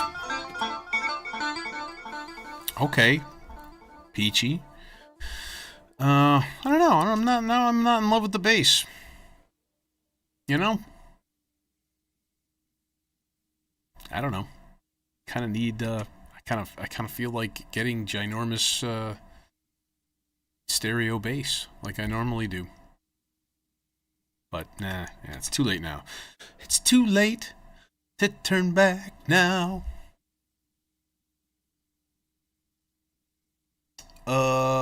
Okay, Arbar. Arbahar. The har. I'm gonna grab a generic thing with things. No, I'm gonna fire up my DAW and get a super duper generic sine wave kind of thing.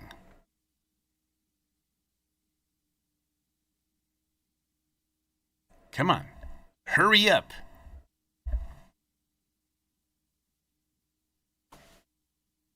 We're sorry. We are accessing the internet for no reason.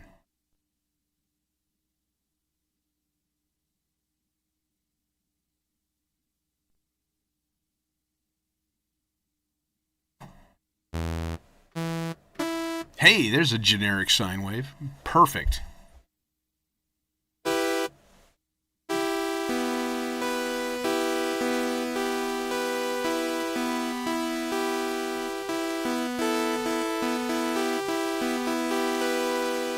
Way too loud.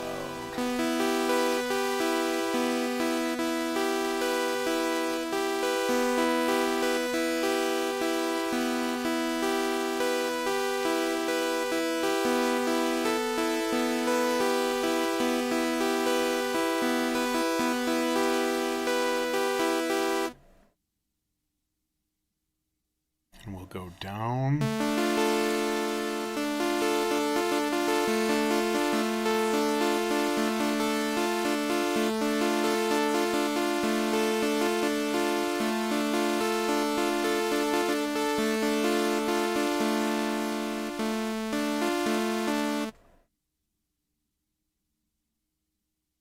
Okay. I'm gonna check really quick. What were my chord things? So we're going to a D, and then we're going to an F, and then we're going to a G, and then we're back to an F. So we're keeping it simple.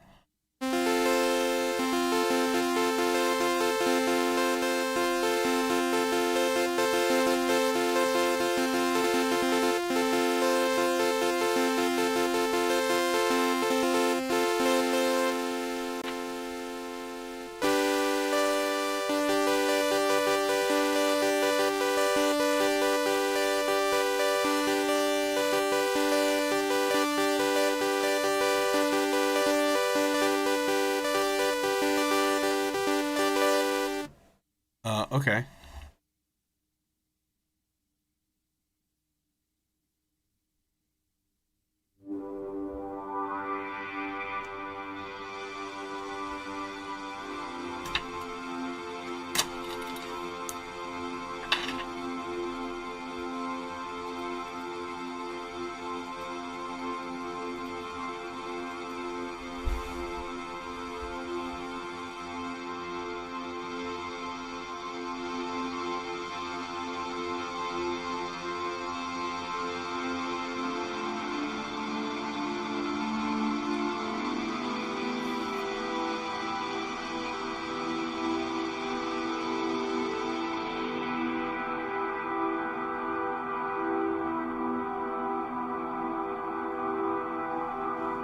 Kind of a grungy sounding.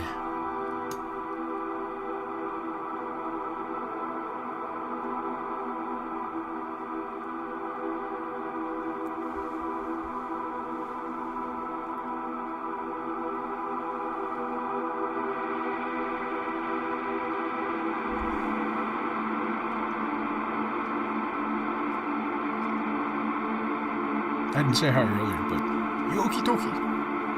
What's up?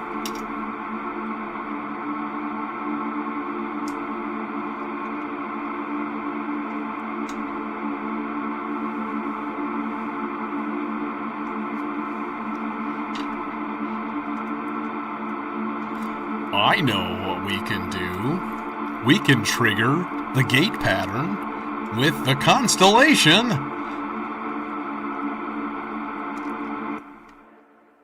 Oh, and now there's nothing. Oh my god.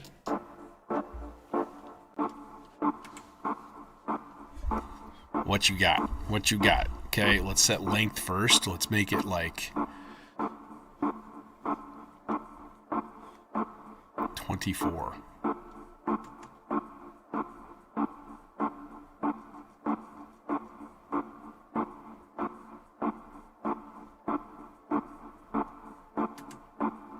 I'm doing it in the wrong part. Length. We'll just make it 16.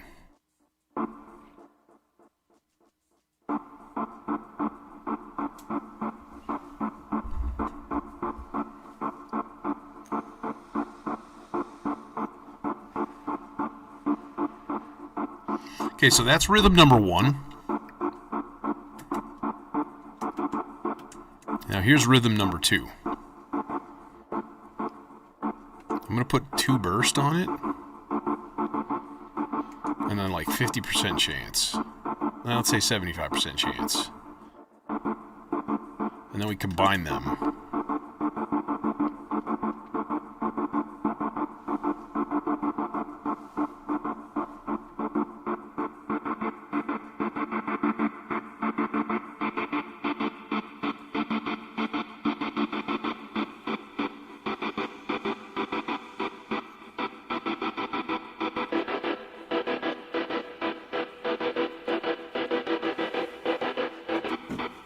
I heart the Constellation. It is really, really good. But now we need a control track. Coming from Das Vector to match our chord changes, which I once again forgot because I'm dumb. -2, 0, 1, 0, 3, 1, 0, 0. -2, 0.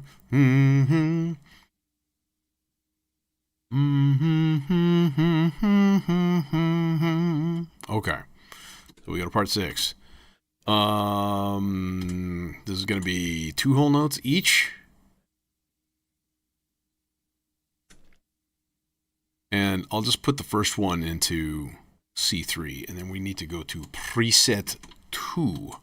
Which is going to go length 8, 2 whole notes, and then once again, we'll start on -2, which is going to go, I think, the second layer, which is G, and then back to C3. Okay, so there's our layer. Bro, that was way too quick. Also, I need to put the gate patterns really early on this, so that it triggers the pitch, super duper early, because it's going through a large quantity of reverb in the R bar itself, and it's the wet only. So you get this like really, really delayed response when you change things. So you just change them early, It's the old trick, you know what I mean? And then let's see, this should be C4. C4. And then C3 again. And then it's going to be G4, C4, and then back to C3 for the last 2. All right, let's test it. Here goes. We're going to add bass 2.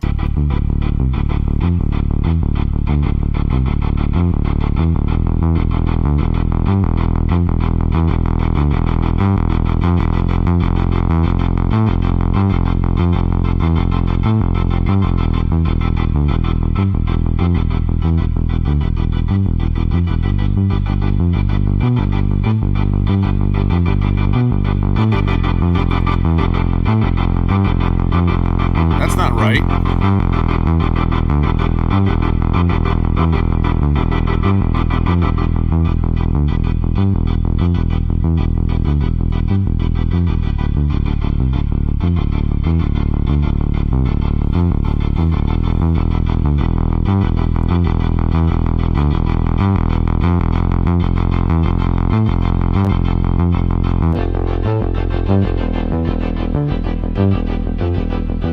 we should go up to a G. Yeah, there we go, okay. And then we should go down to an F. And then down to an E.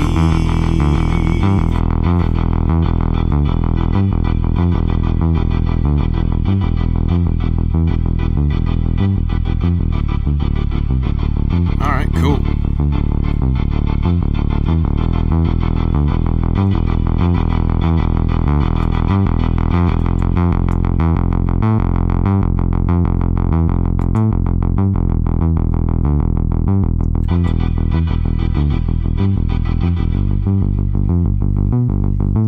What's unfortunate is, like, when you mute the pattern going to this, it's still plugged into the VCA, so the VCA just closes, and then you just get nothing. You know.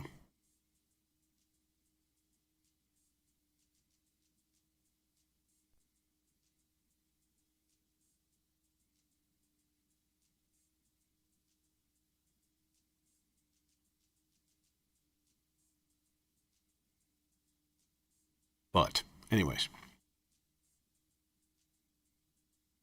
Parts. More parts. Parts is parts. Parts with other parts.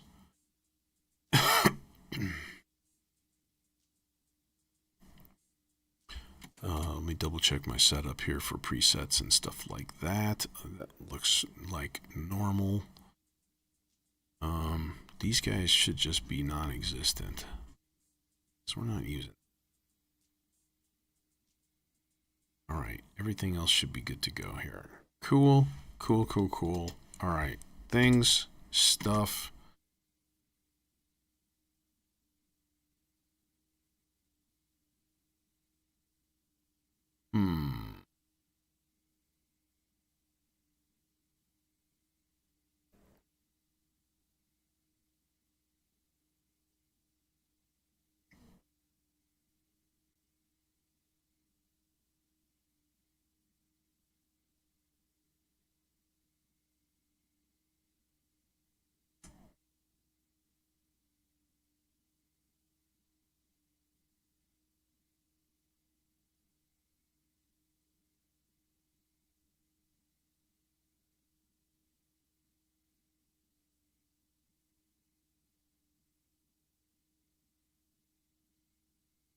Wait, are you really Ryan from Acid Rain Technology?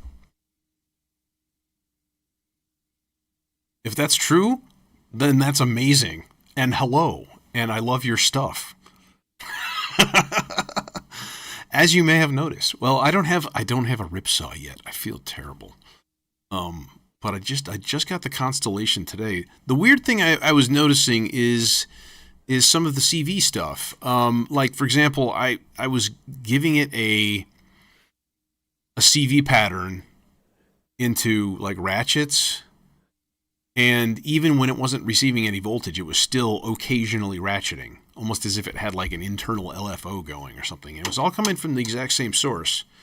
You know, I have it set up on one channel for stuff, and it's working fine for that. But for some reason, it was doing weird glitchy things. Like, almost like it was, like, probabilistically adding ratchets to stuff. And then it was flashing between, like, 1 and 2 on the ratchet thing. So it's just, like, hanging back, like, back and forth. Weird. This guy, actually, let's see. We're going to need a VCA, so I'm actually going to put this into the font. I want a big, giant, open fifths kind of thing, and then we can throw some, like, sample and hold style weirdness on it and be all, like, Tonto's expanding headband here. Hey, look at that. It's already in fifths. Nifty.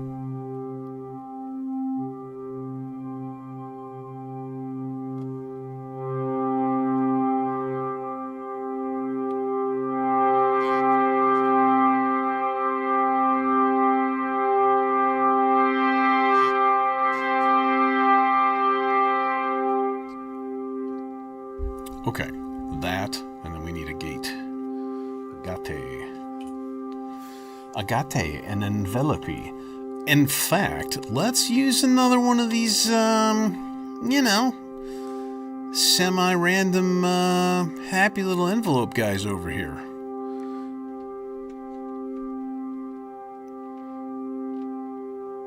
Okay, and we'll put it on logarithmic too, because it usually works a little better. Is this gonna reach?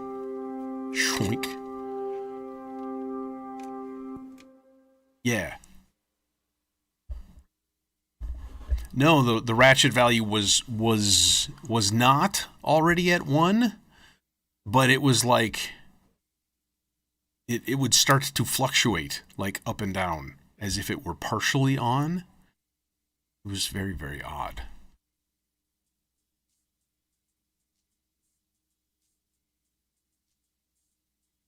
No sound? Nothing? That is not normal.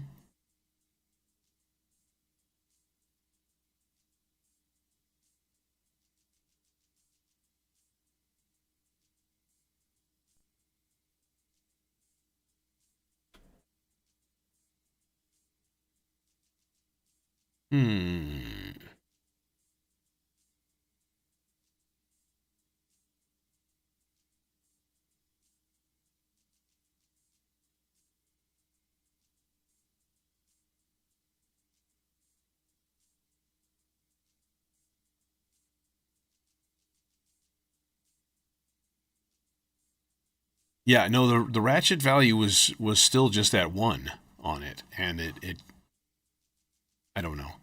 Part of what I was dealing with was like making sure that the pattern itself supported the CV that I was giving it, because not all of them, you know, will do that.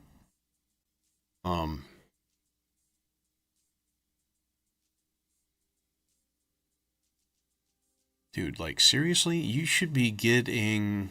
Let's try a different envelope and see if something goofy going on there with that there duder. No, we're still getting nothing. Okay.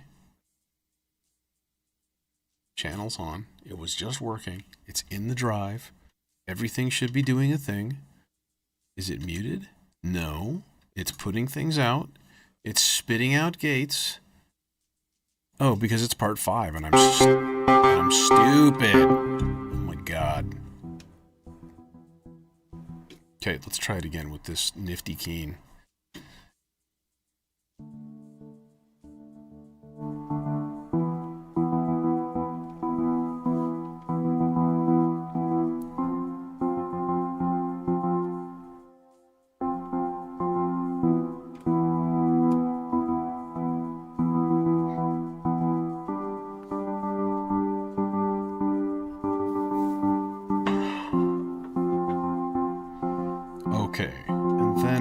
kind of want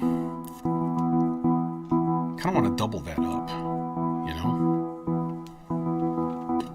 So let's use the little hopscotchy guy here, even though it's not red. It's totally busting my color conventions now.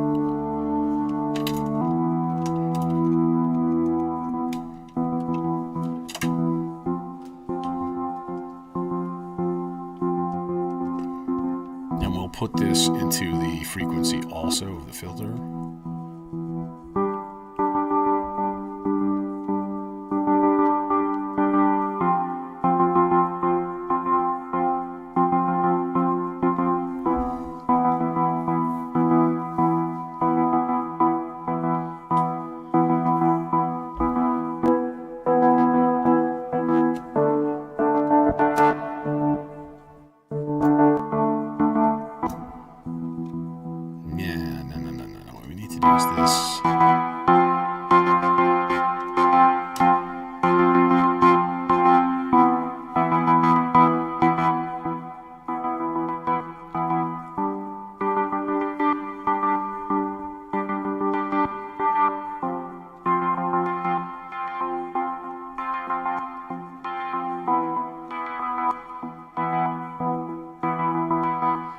Let's bring it down.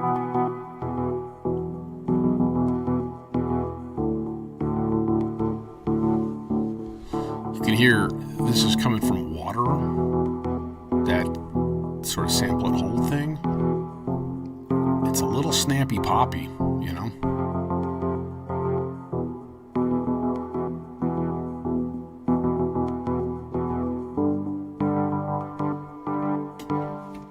Let's put it into something a little bit more organic, like Mr. Sloth's.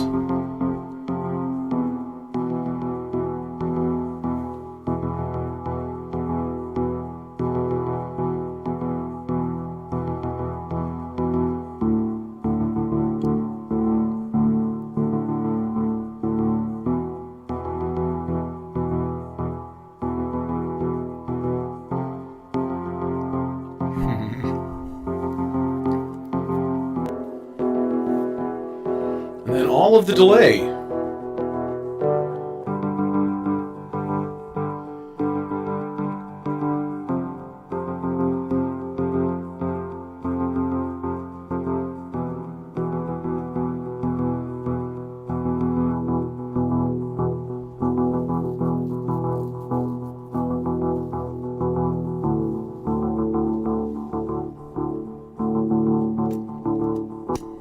Let's replace these.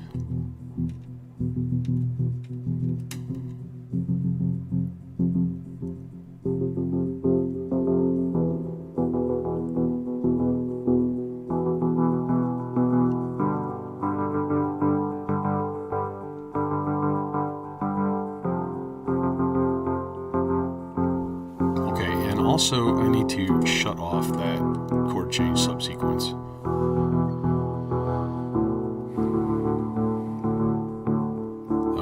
It should be. Part 1, high. Oh, I know what I need to do. We need to delete prior presets and then duplicate the first one into A2, and then A1 we turn off the chords, and then A2 we turn on the chords. Boom, done. Okay, cool. Mo parts.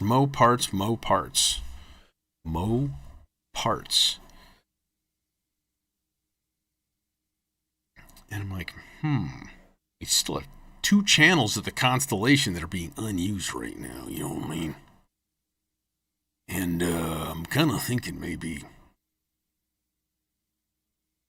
you know, like bongos, you know,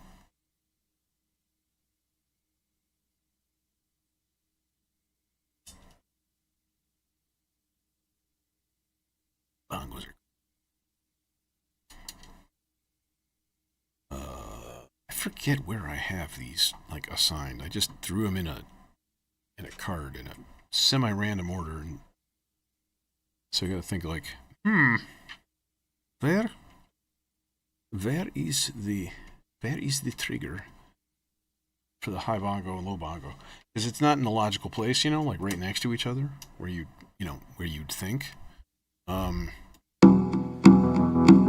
you quiet. And delay is unnecessary. Okay. Those are more congas, you know.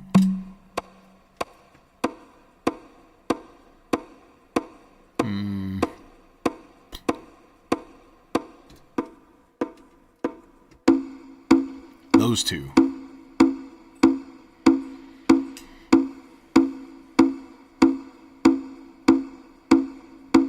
Yeah, I was toying with the idea of running a pattern to water to like totally jack up the steps and stuff. So yeah, one of these days. I just got it today, literally at like, well, it's almost 6 o'clock my time, and I got it at like 3. So that's how much I've fiddled with it so far.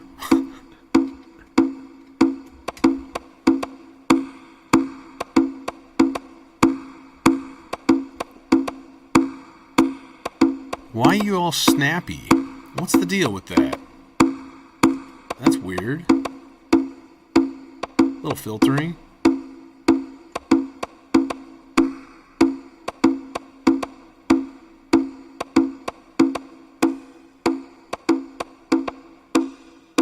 That's terrible. What is that?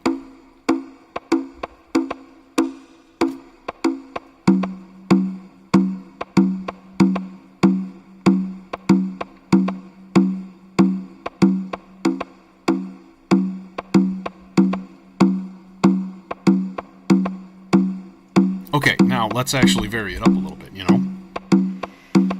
Okay, here's a question. Is there a way to, aside from like actually using a logic module, is there a way to like internally logic two different channels? Like if I wanted, you know, 6 and 7 to both operate independently, but like one of them to be the OR of the other, is that a possibility internally, or could I would just chuck it into my ES?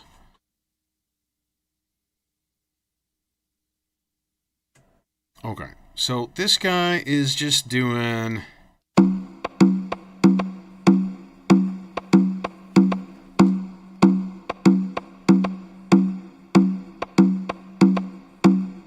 length of 4. Let's change that up.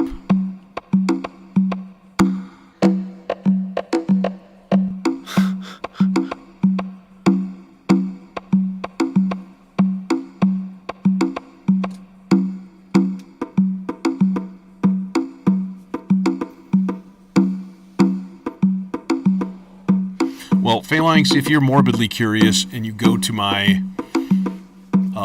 modular grid links in the description below, it has an approximate MSRP.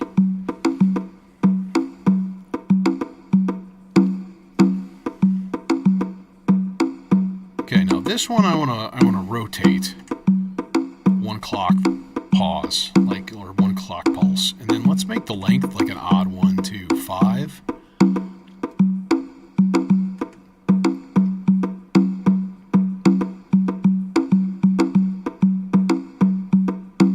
That's friggin' cool.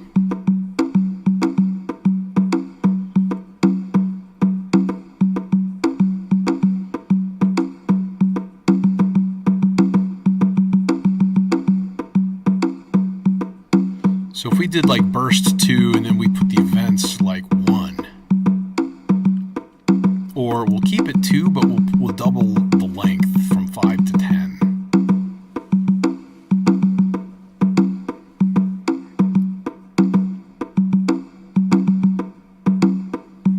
And then we've got them on an OR between.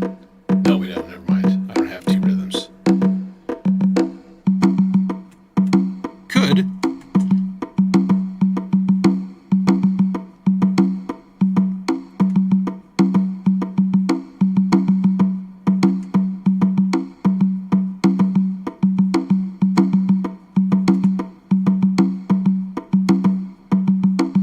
Yeah, I was fiddling with that a little bit.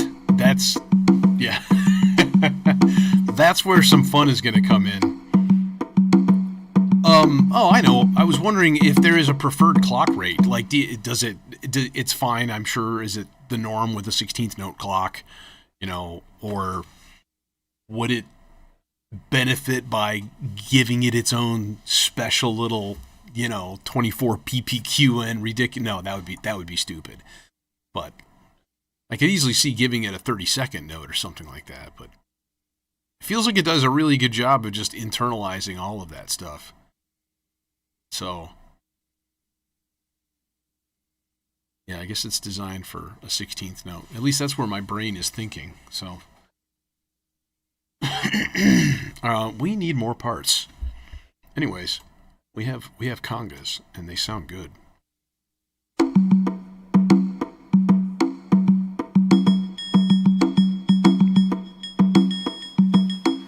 Yeah, okay.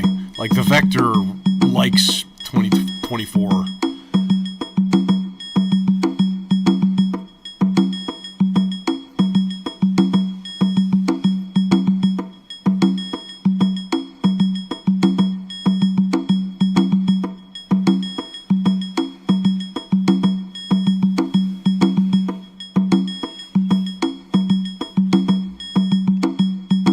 Nice.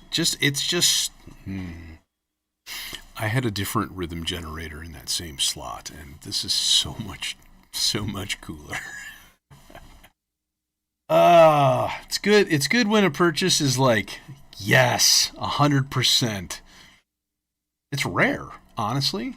It's kind of a rare thing that a module it does everything you expected and then some. Let's get a couple of happy little synthy parts going here. With various things. Oh, well, we can use a shorty little guy here, a little bitty guy, little bitty fucker.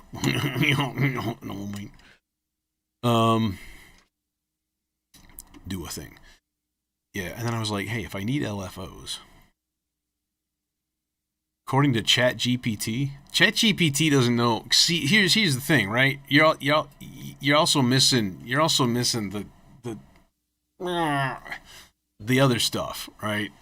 And then even like behind me is my Rhodes and my Hydrasynth and a couple other bits and bobs floating around back there. But that's beside the point. Now the modular itself is probably close to 50 grand for the whole setup. It's probably double that.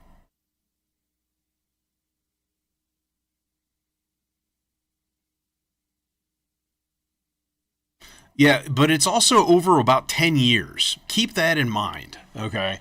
I give myself about a module a month, but not every month. You know, probably about 7 or 8 a year, I would say. Sometimes more, sometimes less, depends.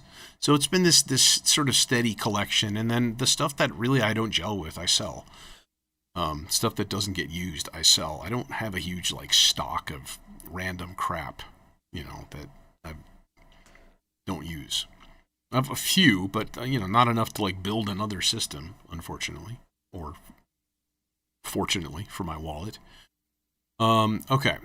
We need a filter, we need an output, we need to do the thing here. Let's just get a nice fatty, detuned sawtooth of deliciousness. And then we'll just envelope the filter because I'm lazy. Yes.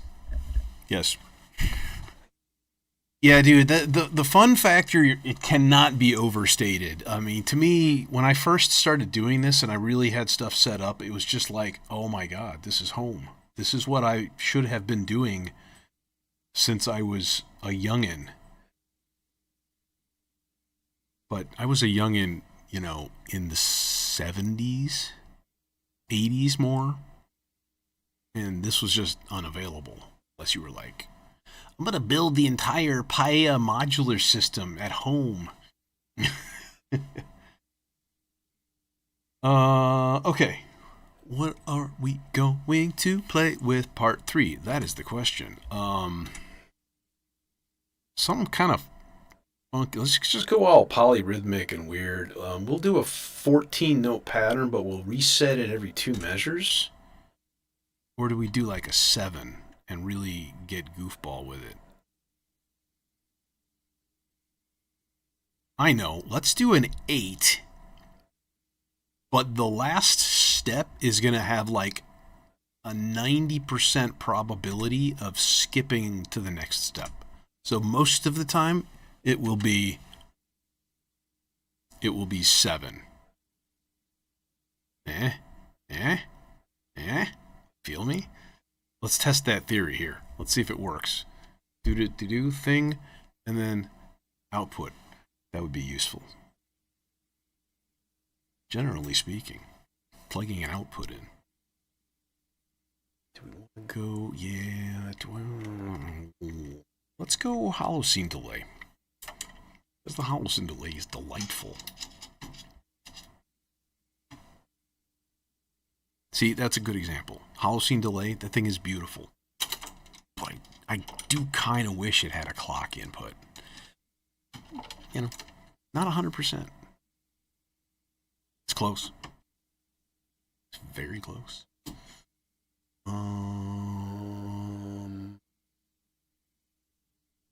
this guy right here. No bus delay. No. Okay. Thing. Play.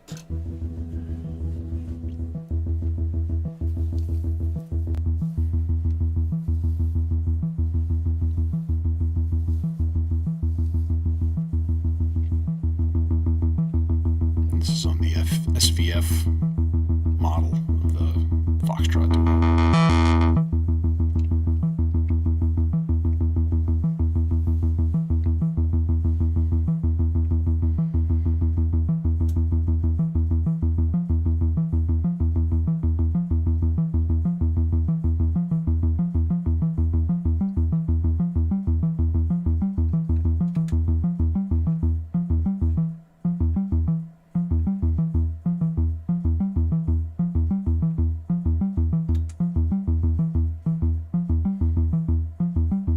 That low E, if you listen really closely, it's not really...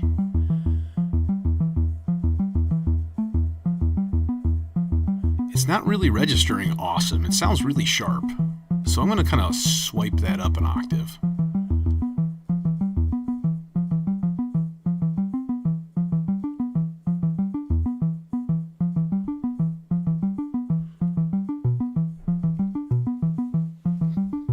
That is wild. It sounds random, but it's not. It's like...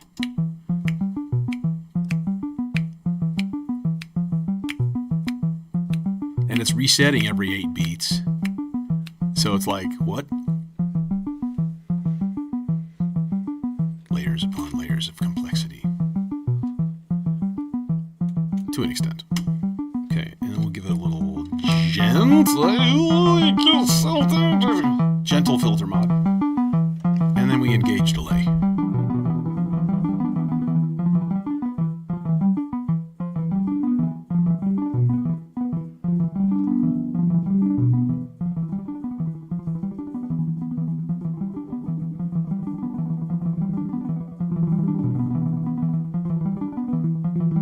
A nice little slapback would be cool.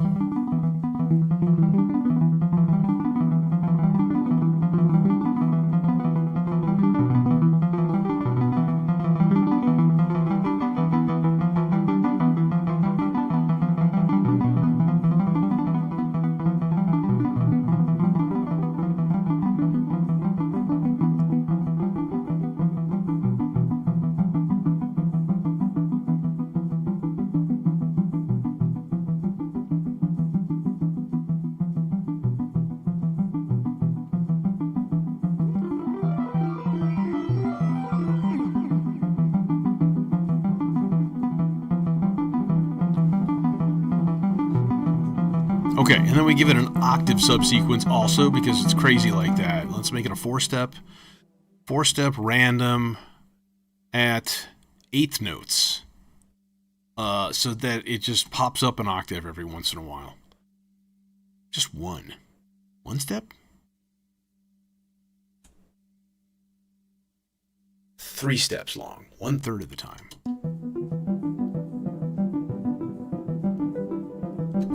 Nice. I wholeheartedly approve this message. All right. Shut up. No, we just mute things. Or turn them down. Yes, indeed. The chanting. Okay, more parts. Zibidibidibidoo. Demon core? We could do some chord kind of stuff.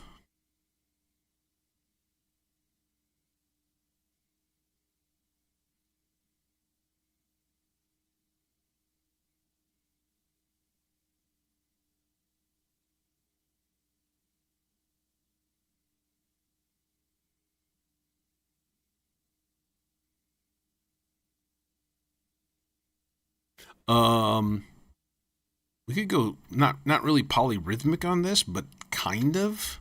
So like we'll go 4 steps long, and it's basically going to be like going to go up,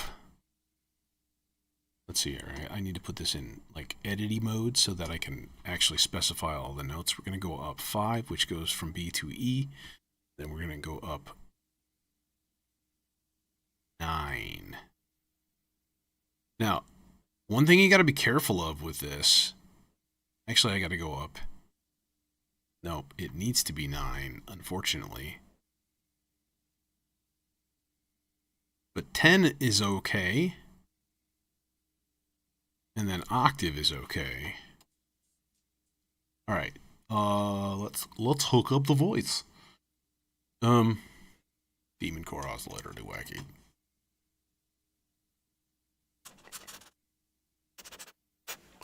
Do we throw it through some chorus? Yeah, why not? Let's do that.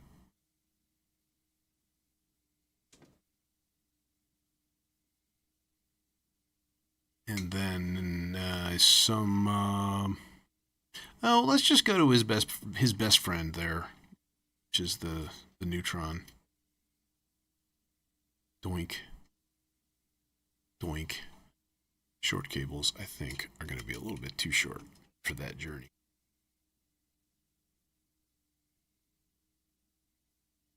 So,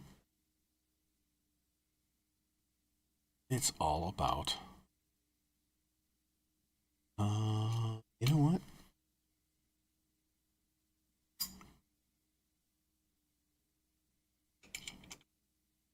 We are going to use the seal eggs. Seal eggs. It's a joke, you see. Seals don't lay eggs. They're warm-blooded mammals, you see. Thing, that guy, like so? Alright.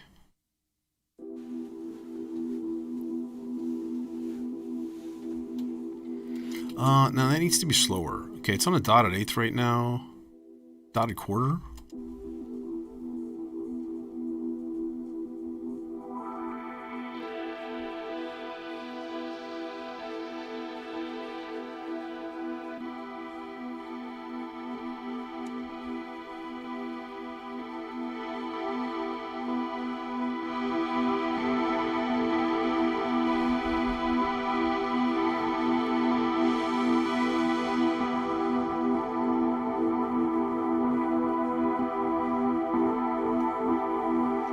I think my chorus is a little bit too nutty.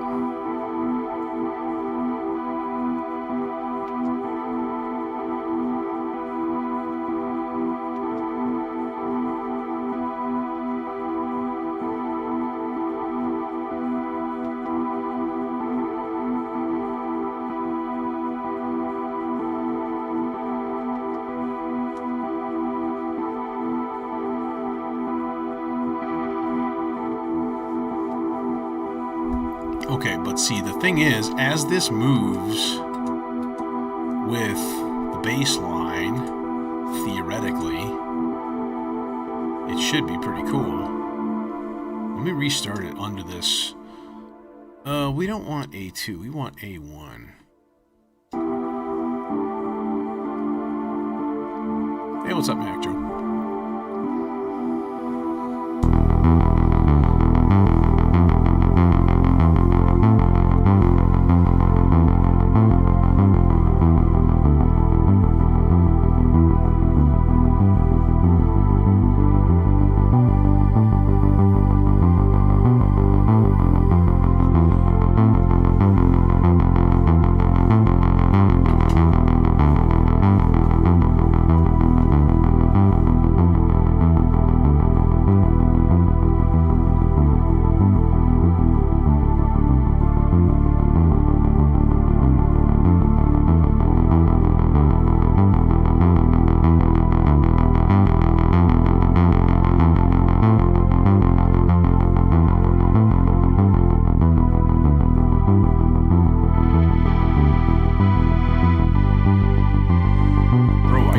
quiet.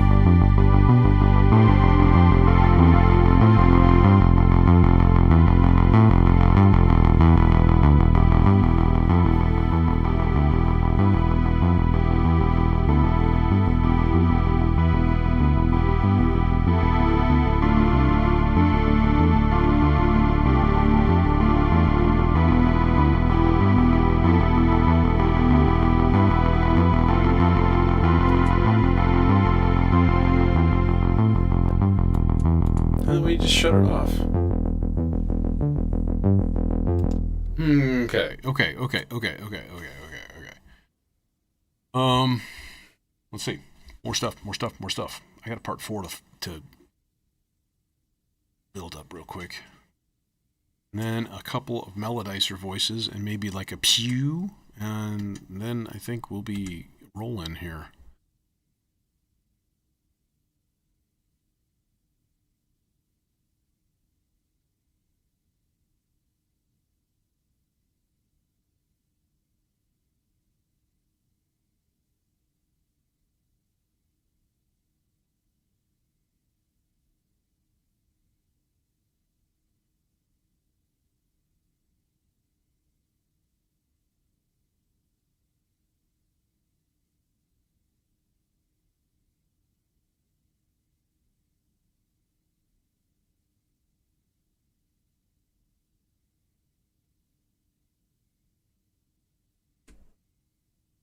Okay. Who want thing? This is going to be kind of aggressive sounding. So, like, let's go warp core. And bionic Lester. Thus, hey Pyros, thus increasing its aggression by 14%. Oh, goodness. Don't do it. You will unleash a terrible foe upon us all. It's a chance I'm willing to take. Please just go there. Thank you. Thing with stuff. And this is going to be this guy in here. Oh, yes. Wonderful.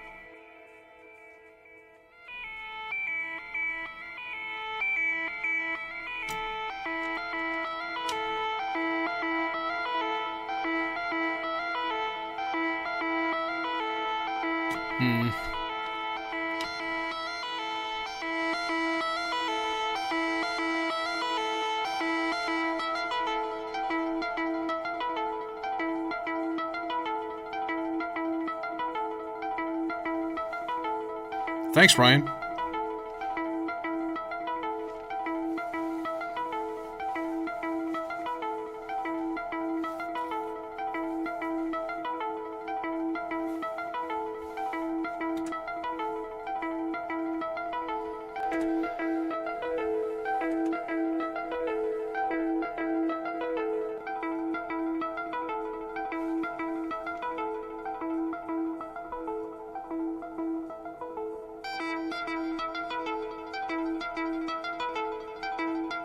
Okay, now we modulate the hell out of that voice too, because it's what you do.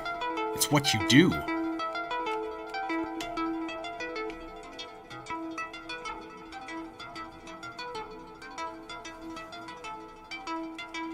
And we'll put a faster one over here.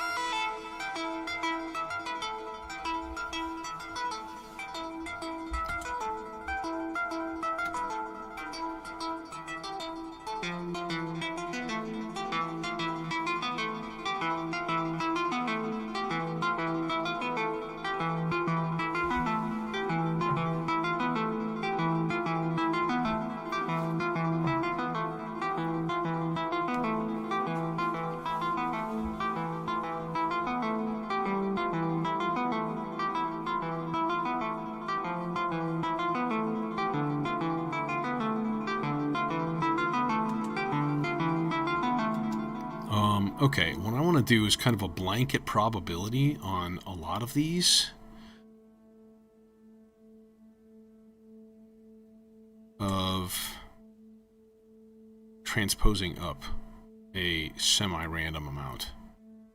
Okay, and then let's put a lot of these in different patterns, like even, odd, and every 4, and then like some of them not in a pattern.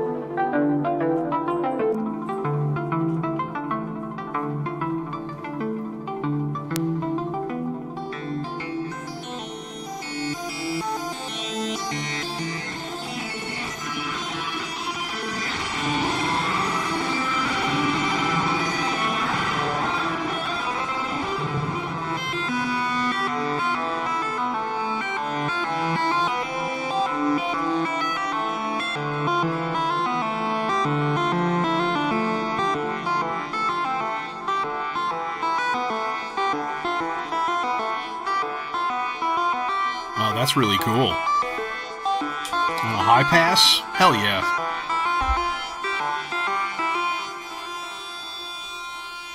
Oh, you're gonna be like that too. I'm gonna have to manually mute your ass. Boo. Okay. Anyways, 2 more parts, real quick.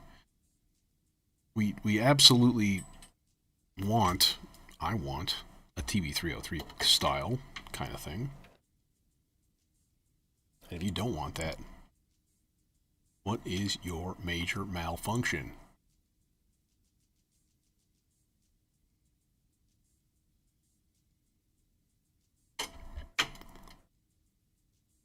Oh God, it cannot be accessed.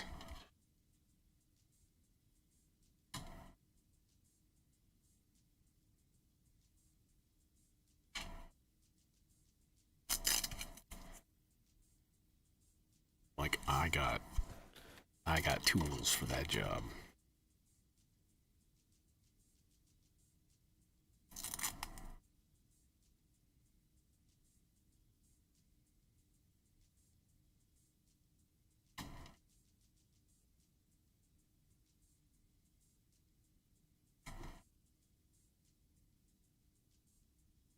You know, I would like to have a really... I'm not using channel 3 for anything right now.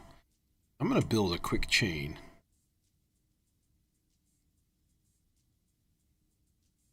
So we're going to go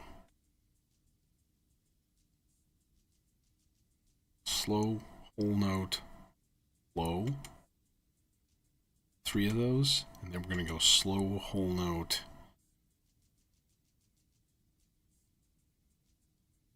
No, let's go half note, ramp up, half note, high, chain. And I want to put that into the feedback of sea legs.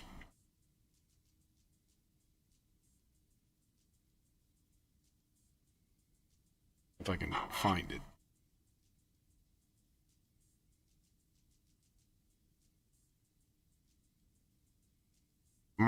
There. Okay. Do a thing. There. So then, theoretically, it should be like...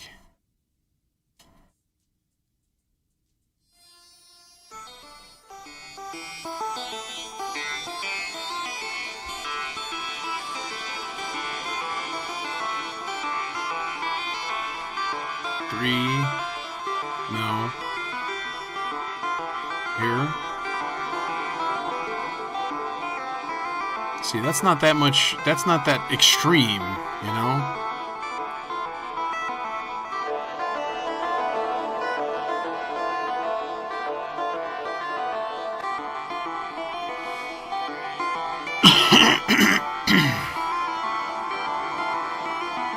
Hey, Athelus, thanks. Welcome, welcome.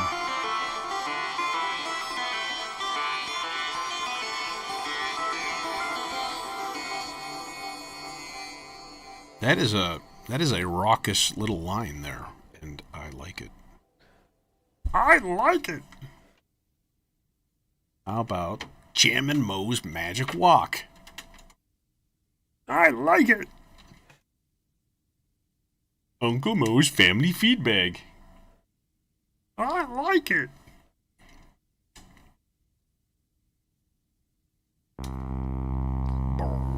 Okay, now the thing is, I do want to modulate the envelope time on this thing.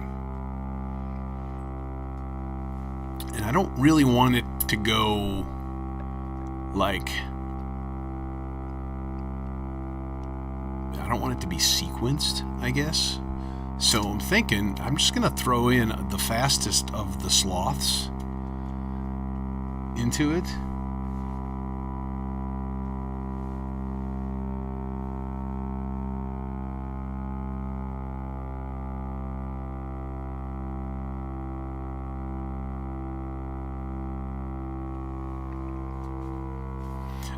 And then go here, doink, doink, doink. So we want time, just a little bit. 15, 20, let's go 20.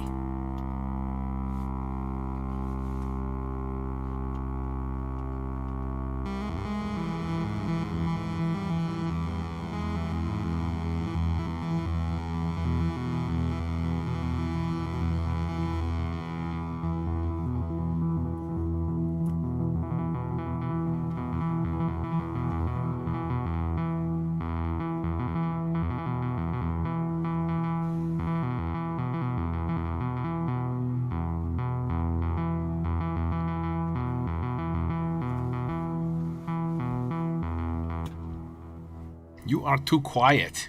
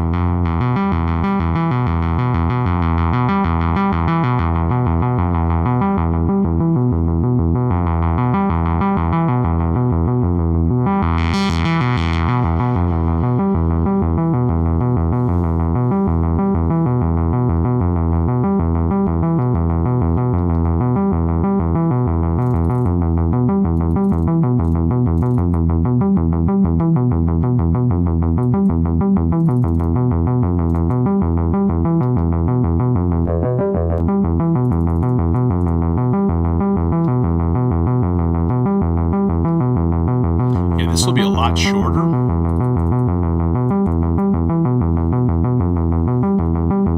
Because right now the sloths is giving it high voltage.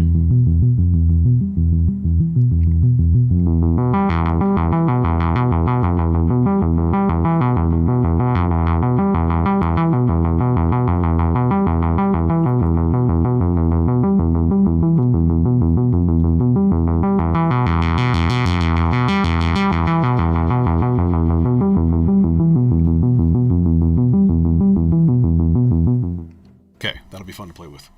Super, super quick. We must needs have do enjoy a basic noise sweep.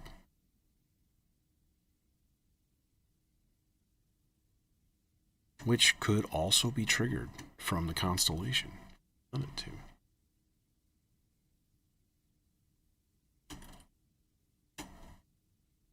Well, not anymore, because I don't have any channels left. Oh well. That guy. Hello, Iris. And one last thing, which is... Oh, we need to put a trigger in that. Otherwise, I'm going to be like, hey, where's my noise sweep? It just never actually happened.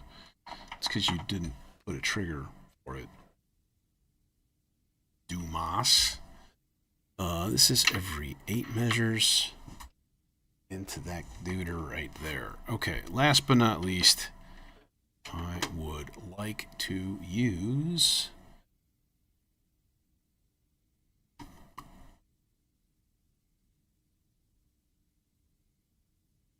a chainsaw.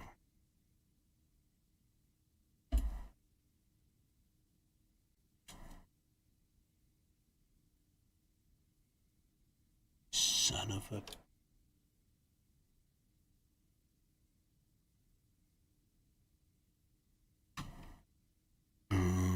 Fifth above, yep, it's already there. Cool.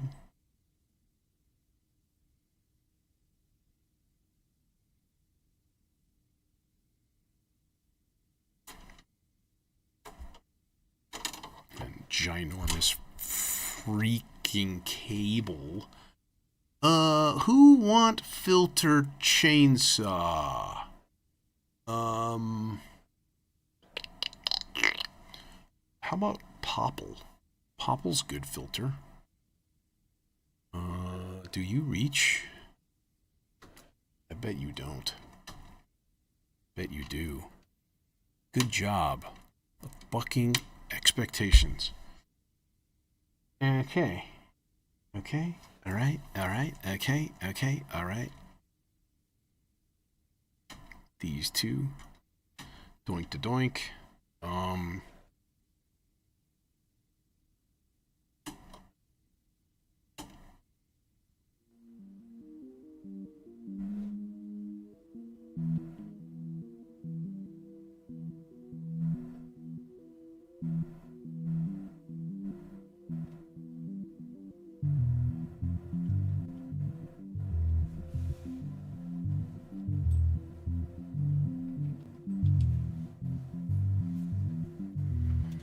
You can hear it. The power of the chainsaw. It's coming. Oh my god. Oh, wait, we gotta do something goofy with this. Because the individual... No, I guess I think I only need one of these. Will this guy reach? Yeah, because it's got 2 CV ins, like so.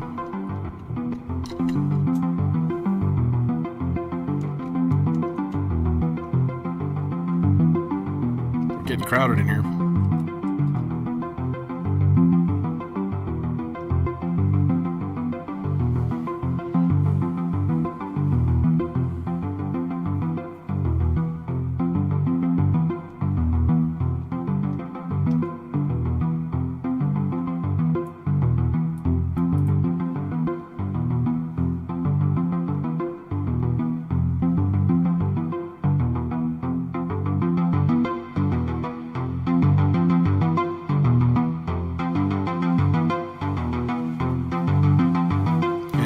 Jam ready.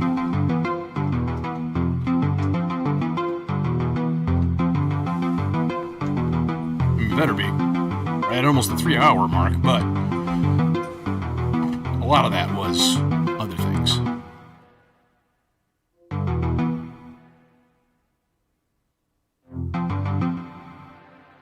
That's better.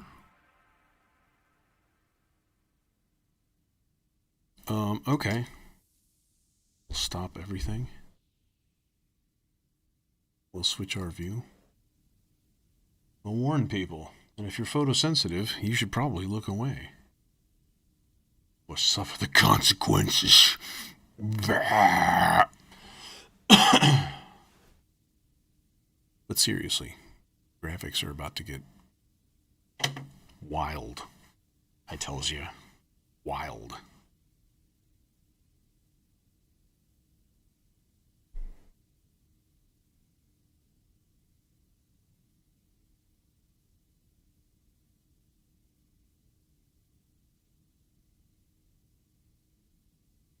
Give me 1 second. Yes, it is the last. Well, it goes to the oscilloscope technically last. But that's not coloring the signal or doing anything at all.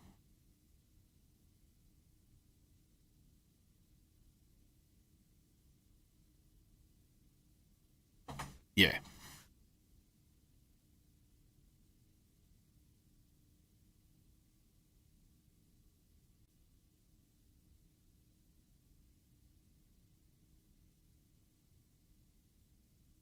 Enjoy.